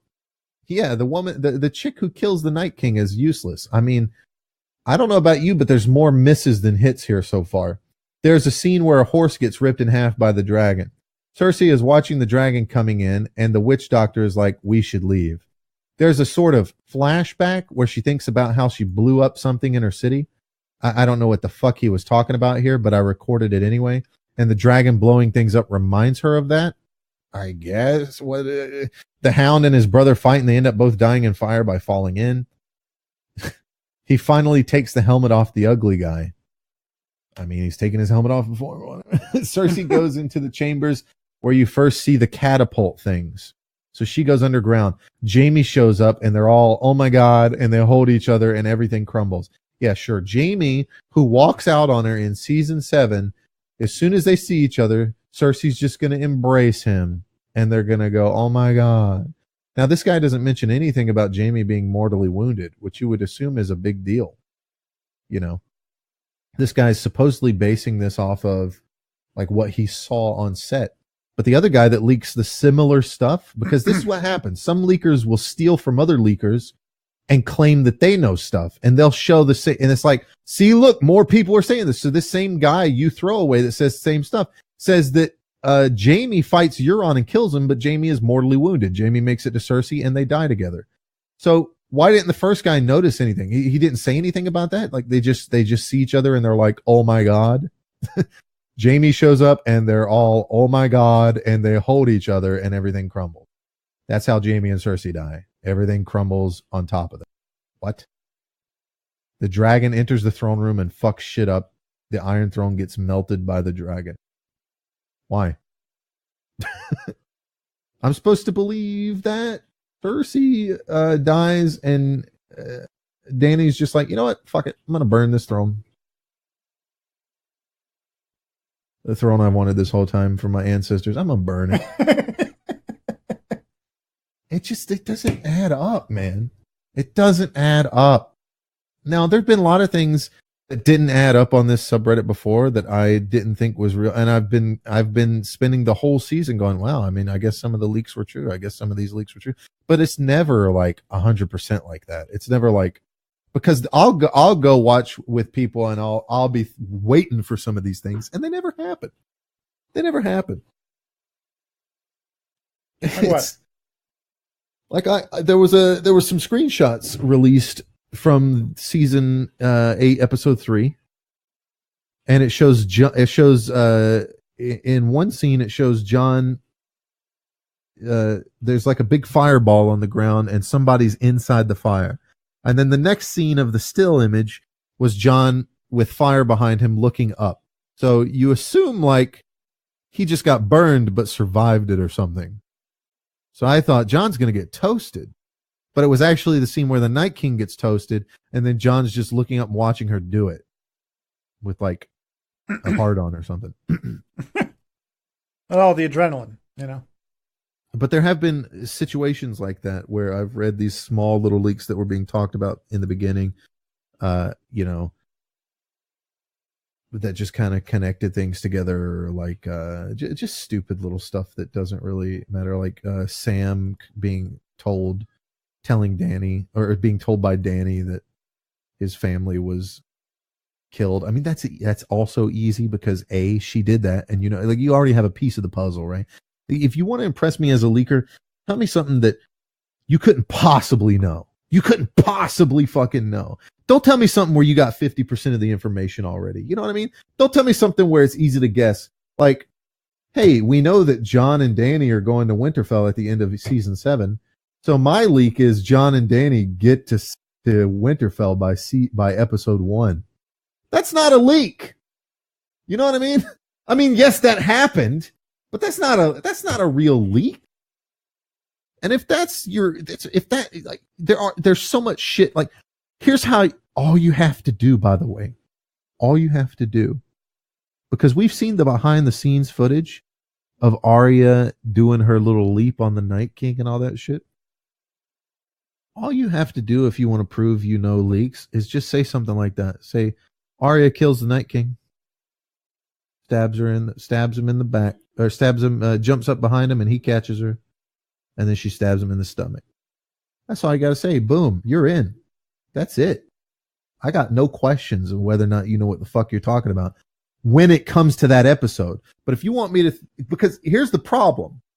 Unless you're in the editing booth putting these fucking things together, they film these things in multiple locations. Like, they don't film everything in the same fucking place. They have a place where they film King's Landing shit. They have a place where they film Dragonstone shit. They have a place where they film Winterfell shit, North of the Wall shit. They have all these different places around the world where they film these things.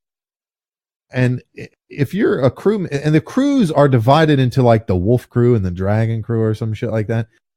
you're not on the same crew as everybody.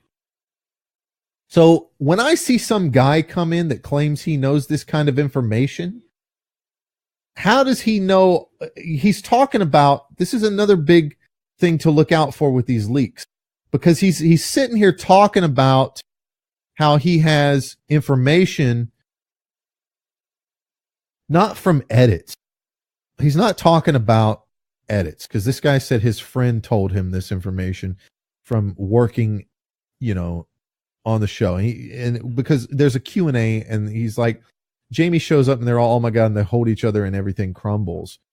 One of the big things he talked about is, well, there's no CGI and these aren't edited together. So sometimes I don't know exactly what's going on because of that. Well, if that's the case, then that means you were on set. So how the fuck do you know shit that's happening with the different fucking crew? Why do you know shit from two different crews? That just doesn't happen. It doesn't work that way. So I don't know, man. I'm not a big believer in these leaks. I think that some of this stuff is I think some of this stuff is likely. Some of this stuff will happen, but I'm not a big John kills Danny thing, because there's a lot of reasons that doesn't make sense. I mean, maybe the Tyrion trial doesn't happen. Maybe that's not a thing, and Fricky's the fake ending. I've said that I've said that before, that Fricky could be just a guy that got a couple things right, and now he's just trying to keep a YouTube channel interesting. In my opinion, though, it doesn't fit John's character to just stab somebody cowardly like that. If John, listen, and I'm not going to say that I'm not one of these guys that's going to say the writing sucked, the writers fucked up John, because I'm not the decider on who and how John is. I'm going based off what I know about John as has been written by Dan and Dave so far, and to some extent George Martin. If George Martin tells Dan and Dave that John stabs Daenerys, and he does that, and Dan and Dave put that in the show, that's not on me to decide that that's not John's character, because I didn't fucking write him. That's a moment in John's life where he takes sometimes that happens to people. People live straight lives, and then the next day they're told they got cancer and they're Walter White. Okay? That's how it happens. That's real life. People do that shit all the time. People take big left turns and change the way their perspectives are on life. People grow and change constantly. They don't stay the same person. So I'm not going to sit here and go, the writing's terrible. John's not like that. They wrote John in a bad way. Like, no, that's John. If John stabs Danny like a coward, I'm going to say John's a piece of shit. He's a piece of shit that doesn't deserve the throne and should be killed for treason, because he pledged himself to that woman. And if he just kills her without a trial or something like that, he's a fucking coward and a piece of shit, and there's nothing noble about him. Because I don't care how noble you've been your whole life. If you do something ill-noble once, you're not fucking noble anymore. That's the whole concept to Arthas in World of Warcraft, is he's a paladin for his whole life, and he's good, and then he goes and finds out that the people of Stratholme their grain has been infected with this plague that makes them undead if they consume it, and he just assumes that it's too late, that everyone is infected. He's right, but that's not his principle as a paladin. He's not supposed to do that. The noble thing to do would be to try to save every person he possibly could, even if it meant the one person that didn't happen to eat the grain or something like that. Instead, he purges the whole fucking city and sets it on fire, and that's his downfall into a villain. So if you can't come back from that, you can't have John stab Danny and then be like, he's still a great guy. Oh, look at him going north of the wall. He's such a good guy. Danny was crazy. He was right to do it. It's like, all right, well, here's another controversy. It's like watching somebody kill their mother because their mother, did something bad suddenly. Like, oh my God, it's not how that works. Sorry, go ahead. You think that King's Landing should have looked the way it did? What do you mean? Like in previous seasons, it was like surrounded by water. It's out in the middle of the fucking bay. And then in episode 4, it looks like a desert. Yeah, because King's Landing is a giant fucking city. The scenes are just the front wall. It's not surrounded by water. King's Landing so the castle is surrounded by water, but the actual Well, you've seen the pictures, right? Like there's a wall, and probably for 75% of it, it's water. And then for the other 25%, it's forest. Well, it's not forest. Well, from the pictures, looks like it's forest. What pictures? Just scroll through. There's a bunch of memes. There's certainly forest. To certain size. I mean, I don't think you're understanding the size of it. Like there's a scene. Let me link some pictures. I'll get some pictures for you. I'll put them in admin here. Like, because for me, like, so the way it looks isn't that big of a deal. If you ever see North Carolina in winter, here's an image. It's not snow, but it's all barren and shit. Here's an image of her looking out, and yes, there's a lot of like trees and shit like that as it heads up the mountain range. But that's to the ocean side of the city, because that's the bay that all the traders come in through and all that shit. The other side of it, which if you look at King's Landing, even from earlier, there's like drawings and shit that people have done of the show. But if you look at the show specifically, and I'll get another shot to confirm what you're saying. Absolutely. It is kind of surrounded by water, but it's massive. The whole city is massive. So here's another shot of the Sept, and you can see the castle back there is surrounded by water, as you said.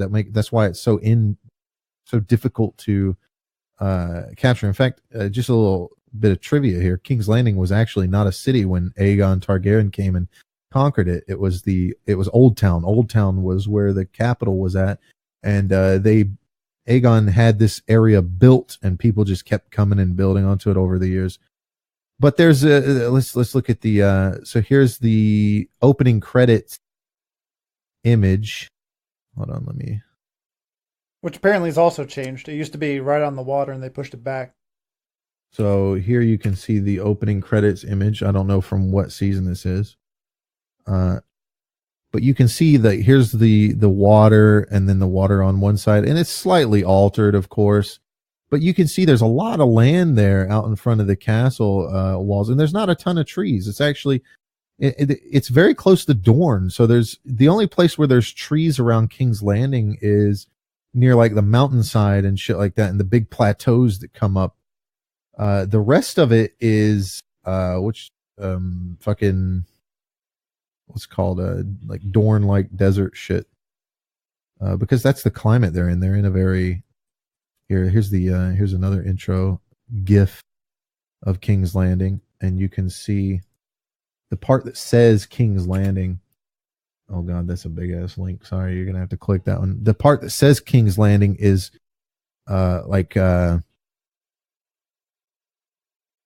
peninsulas and shit on the sides of it or whatever.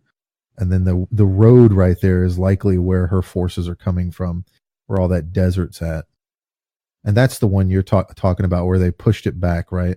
That's that's like one of the originals when it was still had the Baratheon symbol on the keep. Realistically speaking, that version I just linked to you of the GIF is an incorrect version, because the original version is described similar to what we have now. And here's an example of someone's artwork from back in the day, because people do these artworks and shit based off of how the descriptions are in the books, and that's the castle itself, the Red Keep, and then you can see the. Well, that seems awfully vulnerable to a navy, you know. Yeah, but you got your own navy, you know. I mean, I don't know. George Martin's probably not the smartest when it comes to picking out, what do you call it, defenses, what's defensible and what isn't and shit like that. So she brought soldiers into the keep so that she couldn't just sack the keep. That was smart of her. I'm trying to get like shots from season 4 or episode 4. Seems kind of barren. Well, they definitely built a smaller set there. I think it might be bigger in the next episode. Because the way they always made it look was that you got the ocean on one, like it's sandwiched between mountains and ocean. Yeah, no, there's definitely desert. There's definitely big wide open areas off to one side. It's like it has like 3 different sides to it. It has the mountain side, and then it has the ocean around most of it, and then there's like the deserty side off to one area because it bubbles out a little bit. It is really difficult to find fucking shots of. I know, right? It's like all a bunch of like, this is the real King's Landing. I'm like, I don't give a fuck. Here we go. View image. I'm in the show. Give me a map. Here we go. So this is from episode 5, season 8. And look, they got Golden Company out there in front. Yee. You gonna tell me that she just destroys those fucking scorpions easy peasy? Maybe Gendry uses his laser eyes. But you can see parts of the village and town up on the left side there, and yeah, it's mostly flat. It's a big flat area because of sea level. But it makes sense that out in front of a castle would be hardly anything at all, because that would be your staging area for marching off big armies, bringing in big, large amounts of just stuff. You also wouldn't want to give your opponents any kind of terrain advantage if they were attacking your castle. So, well, the actual terrain didn't bother me. I mean, people are like, "Oh, it looks like a desert." I'm like, "It's wintertime. Winter has come, and this is the South. This is what the South looks like in the winter. It's brown." Yeah, it's probably starting to become tundra a little bit and shit. It might start getting cold. It's not even that cold, but I mean, well, we know that this set that they're standing in front of has snow in front of it in one of their shootings, unless that was just them trying to, throw people off or something. Could have been ash, though, I guess. No, my big problem was that I just never had seen everybody thinks anything Dany's except image. for mountain and forest and ocean. Everybody thinks Dany's vision, where she walks into the throne room, puts the torch down, and it's all covered in snow and it's destroyed, is like the Night King, but it could just be ash. She could absolutely destroy it. I'm not saying she doesn't go mad and destroy shit. I just don't think Jon stabs her. And again, if he does, it's a detriment to his character, not the writing, but to his character specifically. It's a weakness that he would have to do something like that to someone he supposedly loves. There's also people who are always like, why has it got the 7-star there? It doesn't have Joffrey's symbol or her symbol or anything like that. That's because. Well, in the quick little preview they gave at the end of the last episode, they show the throne in Dragonstone, and the torch is lit for the first time. Every other time you've seen the inside of the throne room, it's just been dark and black, and maybe there's some kind of symbology. I don't know. I don't follow a lot of symbology in the show. I think a lot of people do that a little too much. They're like, look, every time it cuts to this person after this. Like, there's certainly times they do that, but people need to remember they're not always doing that. If you're always doing that, then it detracts from it a lot. So, a good example is the Tower of Joy scene, and then it looks at the baby's face and zooms in, and then it cuts to Jon's face. That's to tell you as the viewer that this is the same person. But when Robert Baratheon's talking about the kingdom burning down, and then it cuts to Daenerys, that's not the same thing. It's just cutting to Daenerys. It's coincidence. But they always do that. They always talk about something burning and then cut to her. All right, so here's the image that most people are comparing it to. But except they don't, because they cut to her plenty of times without them talking about burning. It's just fucking dumb. What's that? That's the image people are complaining about. Yeah, so it's what you're seeing here is there's a peninsula on one side and a peninsula on the other, and then in between there is a large open area where they likely salt the earth so that no grass and shit grows. And like you said, it's wintertime, so a lot of the trees have lost their fucking green and a lot of grass has died. It's not going to look beautiful green like that anymore. But there's definitely something there's definitely shit in between. There's not just hills. How the fuck would they get armies in and out of that place, right? It would be ridiculous. But this is probably also an old scene, isn't it? How long ago is this shit? Probably season 1. That little carriage is probably Ned. Sometimes changes are made. And that could be the King's Road. But I would say that even if this is still the idea, like,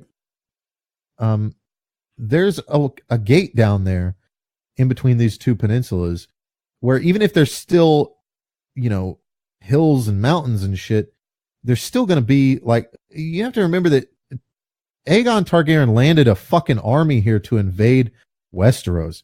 He did not land on the side of a mountain and then go, let's go over the fucking mountain.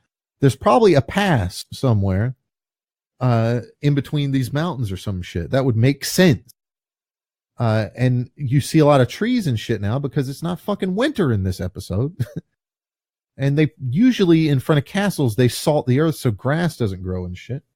And then you can do wonderful things like not have grass and hills and trees to hide behind when you're shooting arrows at people trying to attack your town. What I would complain about is how there's nothing outside of the walls. There's a couple buildings here, but then there's nothing. There's not like a bunch of, like, real castles have walls, and then there's a bunch of fucking peasants that keep building their shit up around the walls to try and, like Kingdom Come is a great example of how real castles are. People build shit outside of the walls to a large degree.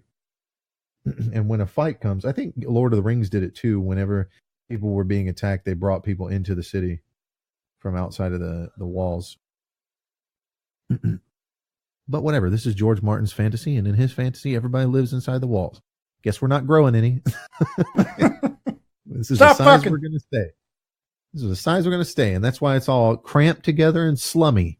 It's very New Yorkish. Pretty slummy. Yeah. I guess you could always expand outside of the wall and build more wall that connects to it. That is possible. People do that all the time.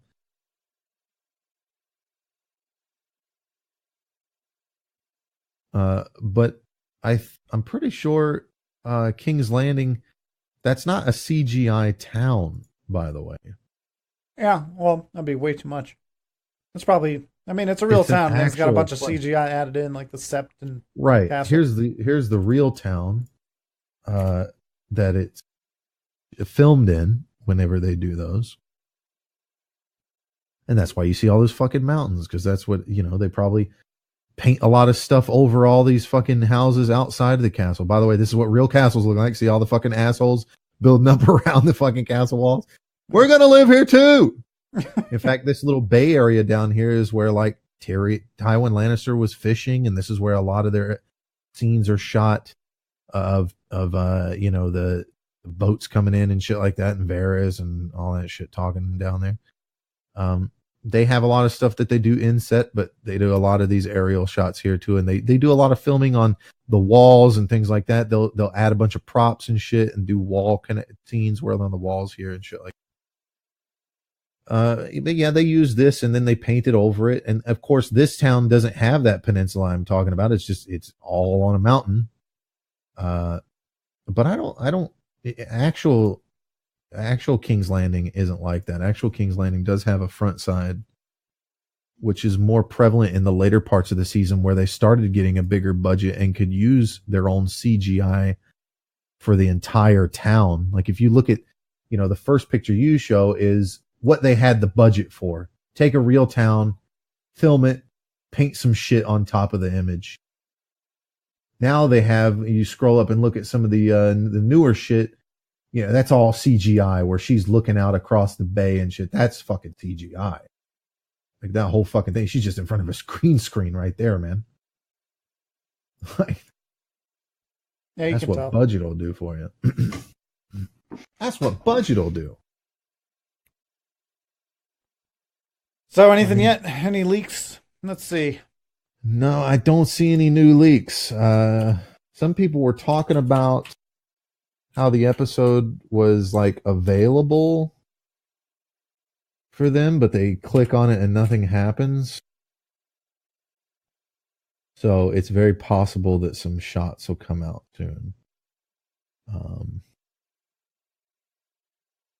But it doesn't look like we're going to get it in the episode like we did last week. Last week we got it right before the podcast started. Well, we tried. Mother's Day Madness Edition. Happy Mother's Day to all you mothers out there. And all you motherfuckers. All you motherfuckers. All right, well, anything else you want to talk about? I got nothing. I pretty much said everything I need to say. Yeah, I mean, whether you're for the leaks or not or whatever, enjoy, I guess. It's Mother's Day, so the best thing they could possibly do is kill somebody that's pregnant in the show, I guess. Yeah. You think they planned that out years in advance, or is that just coincidental? Man, that would be so coincidental, wouldn't it? That's so fucking meta. No one saw that coming. No, but I mean, I think Jon kills Dany. Probably not easy. Varys dies. Tyrion gets caught up in some kind of, do I stick with Dany or do I stick with my family? I mean, even if the leaks are true and he does kill Dany, I currently have no reason to believe the leaks are true. That's what I'll say. It could absolutely be true, but there's not. The guy that leaked it, supposedly, if it is true and it is a leak, did a really shitty job at conveying that he was a leaker. That's what I'll say. If the writing is bad on the show, I contest to you that the writing on the subreddit is worse. Yeah, I haven't seen anything better on the subreddit than what's happened in the actual show yet. I think that maybe I just think it's kind of bullshit that people are constantly bitching about the show's writing. But the last 2 episodes haven't even fucking happened yet. So far, your complaints are dog, coffee cup, and dragon dying.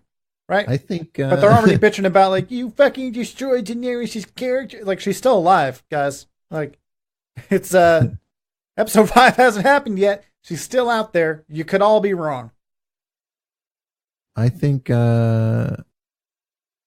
honestly, I think the reason why there's nothing else out there other than these supposed leaks is because everybody's where we're at right now. At not having any clue with what direction this shit goes in. Like, what do you, like, I got nothing, man. I don't even have, I mean, I got stuff for some characters that make sense with like Jaime and Cersei that I've talked about before, but. Yeah, I mean, didn't Arya make her way to King's Landing before everybody else? Yeah. And she's not going to do anything. You're telling me she's definitely there doing something. She's going to be there with the Hound. They're not going with Dany's army. They're not fighting in the army. Man. Arya's just stealing faces, pointing at the guards going, they went that way. They went that way. Causing confusion, Oh, one last theory. Stannis comes back because we never saw him die. Because that's something Brienne would lie about, By the way, Rhaegal would be alive, and I like this. This is on Free Folk, and I don't know why I'm here, but I went here. And somebody mentioned this. Jon tries to take Rhaegal with him when they're in the map room. I don't know where this is at. And Grey Worm puts it back with Dany's fleet. Like, he's planning to bring Rhaegal with him. So Rhaegal would have survived if they would have listened to the true king, the true heir. Yeah. And I just say true heir in the sense that that's what he is. That's true. Thanks, Grey Worm. You piece of shit. Yeah. I'm glad your girlfriend died, faggot. Yeah, it's your fault that Miss Sandy's dead. The dragon did a whole lot of good. Dying and all. Sorry, too soon? Is it too soon? Okay. I swear to God, if I had more video editing skills, this is a good I would just replace Rhaegal with Ghost and post it on here and watch people cry about it. This is a good twist. 10,000 years ago, they built a wall to hide something.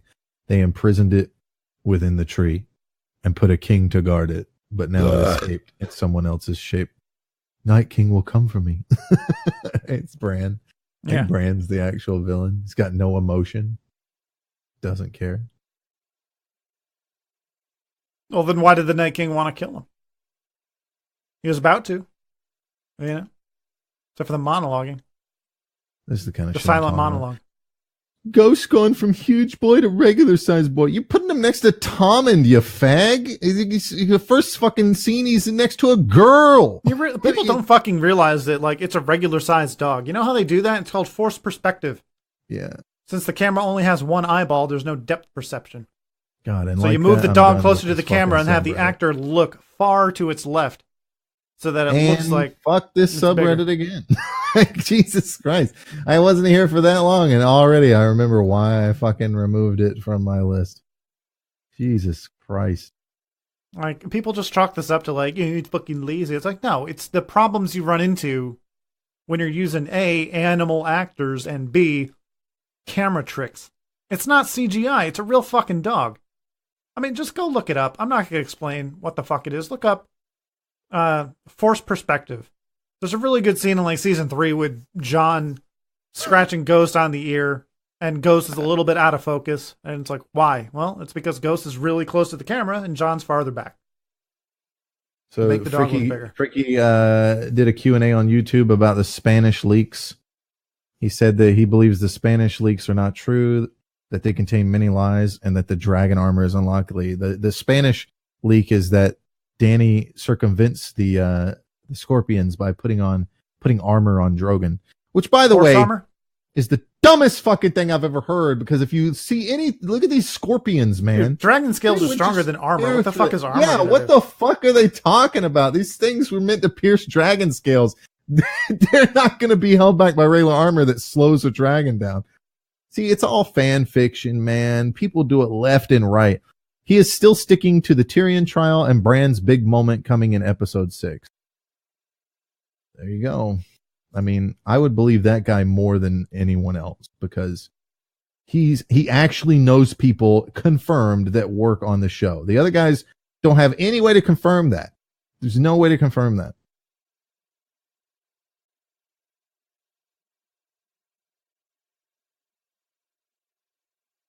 He got into legal trouble, by the way, with HBO for leaking shit. Oh, so he's probably not leaking anything anymore then, right? Well, he doesn't care. He doesn't care. He lives in Spain. They can't get him with their laws.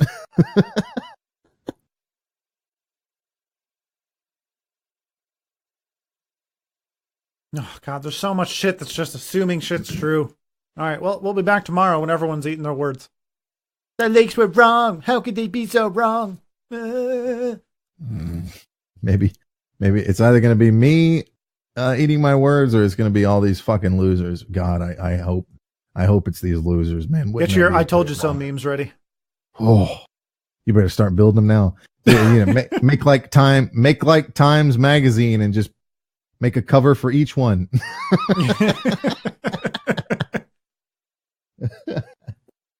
Oh shit! Well, that's all we got to say about that. Yeah, so go watch the fucking show so you know what we're talking about next week. Next week's the finale. So thanks for listening. I'm the Night Terror. You can find me on Twitch, Twitter, Facebook, YouTube. Come back to Twitch and we talk about it tomorrow, Monday. Yeah, we do that too, and then we repeat ourselves on the podcast. We hash out all the ideas on stream while we're wrecking nibs in video games. It's called rehearsal. We work hard. Yeah. So Twitch is Monday, Tuesday, Thursday, Friday, Saturday, every week, starting at 6 p.m., sometimes earlier. Friday and Saturday, we go late most of the time when there's shit to play. Tuesday is Rage 2. Monday is I don't know what. I guess you could finish Stick of Truth. You got about an hour and a half left. Yeah. Have you finished already? Yeah. Yeah, we'll see. I'll probably finish it. You can continue playing the second one or something. It doesn't matter.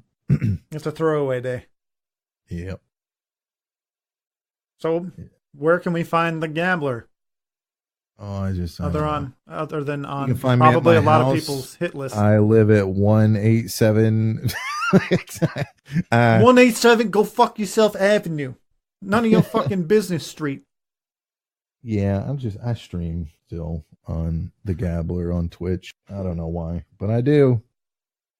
You know, probably going to get into My Summer Car soon and start challenging some of these fucking Twitch streamers that think they know what they're doing. There's like a big rally thing that goes on between a handful of Twitch streamers, and I watch them, and they're so bad. You know what? I've had this game for 2 days. I already have better timing than they do when it comes to like when to get shit. I got the fucking... the game developer the game developer has a thing where he did an update and it took away like the starting vehicle that everybody gets to use that's like doesn't get damaged, or you know, all you have to do is fill it with gas, And it's great. It's like a van. He took that away and made it belong to the uncle now who rents it out to you. But the uncle's on a timer when you start the game where he doesn't show up for several days. So you gotta use your tractor, which is fucking slow. It's not fast enough. Well, there's a car that you can steal that's kind of a junker that doesn't have, the detriment to it is, first of all, it's got a beehive in it. So you got to get rid of the bees with a fire extinguisher or by dipping it in water or something if you tow it until the bees die. And then it doesn't have a seat belt. So if you hit anything at any speed, you're fucking dead. But I get this. I have this car. I have a run. Listen, for all you people out there, send out the news. A new challenger is approaching. Okay. After Rage 2, it's happening. I'm getting into this rally shit. I got to run where every single time I got that fucking car, day two, my dude, I got that fucking car. Unbelievable. Tell me about it. And my wheels for my car. Get on my fucking level. Okay. Get on it. I don't know what any of that means, but thanks. So that's it. I guess we'll see y'all next time. Enjoy. On Twitch. We'll see y'all next time on Twitch. Tweet.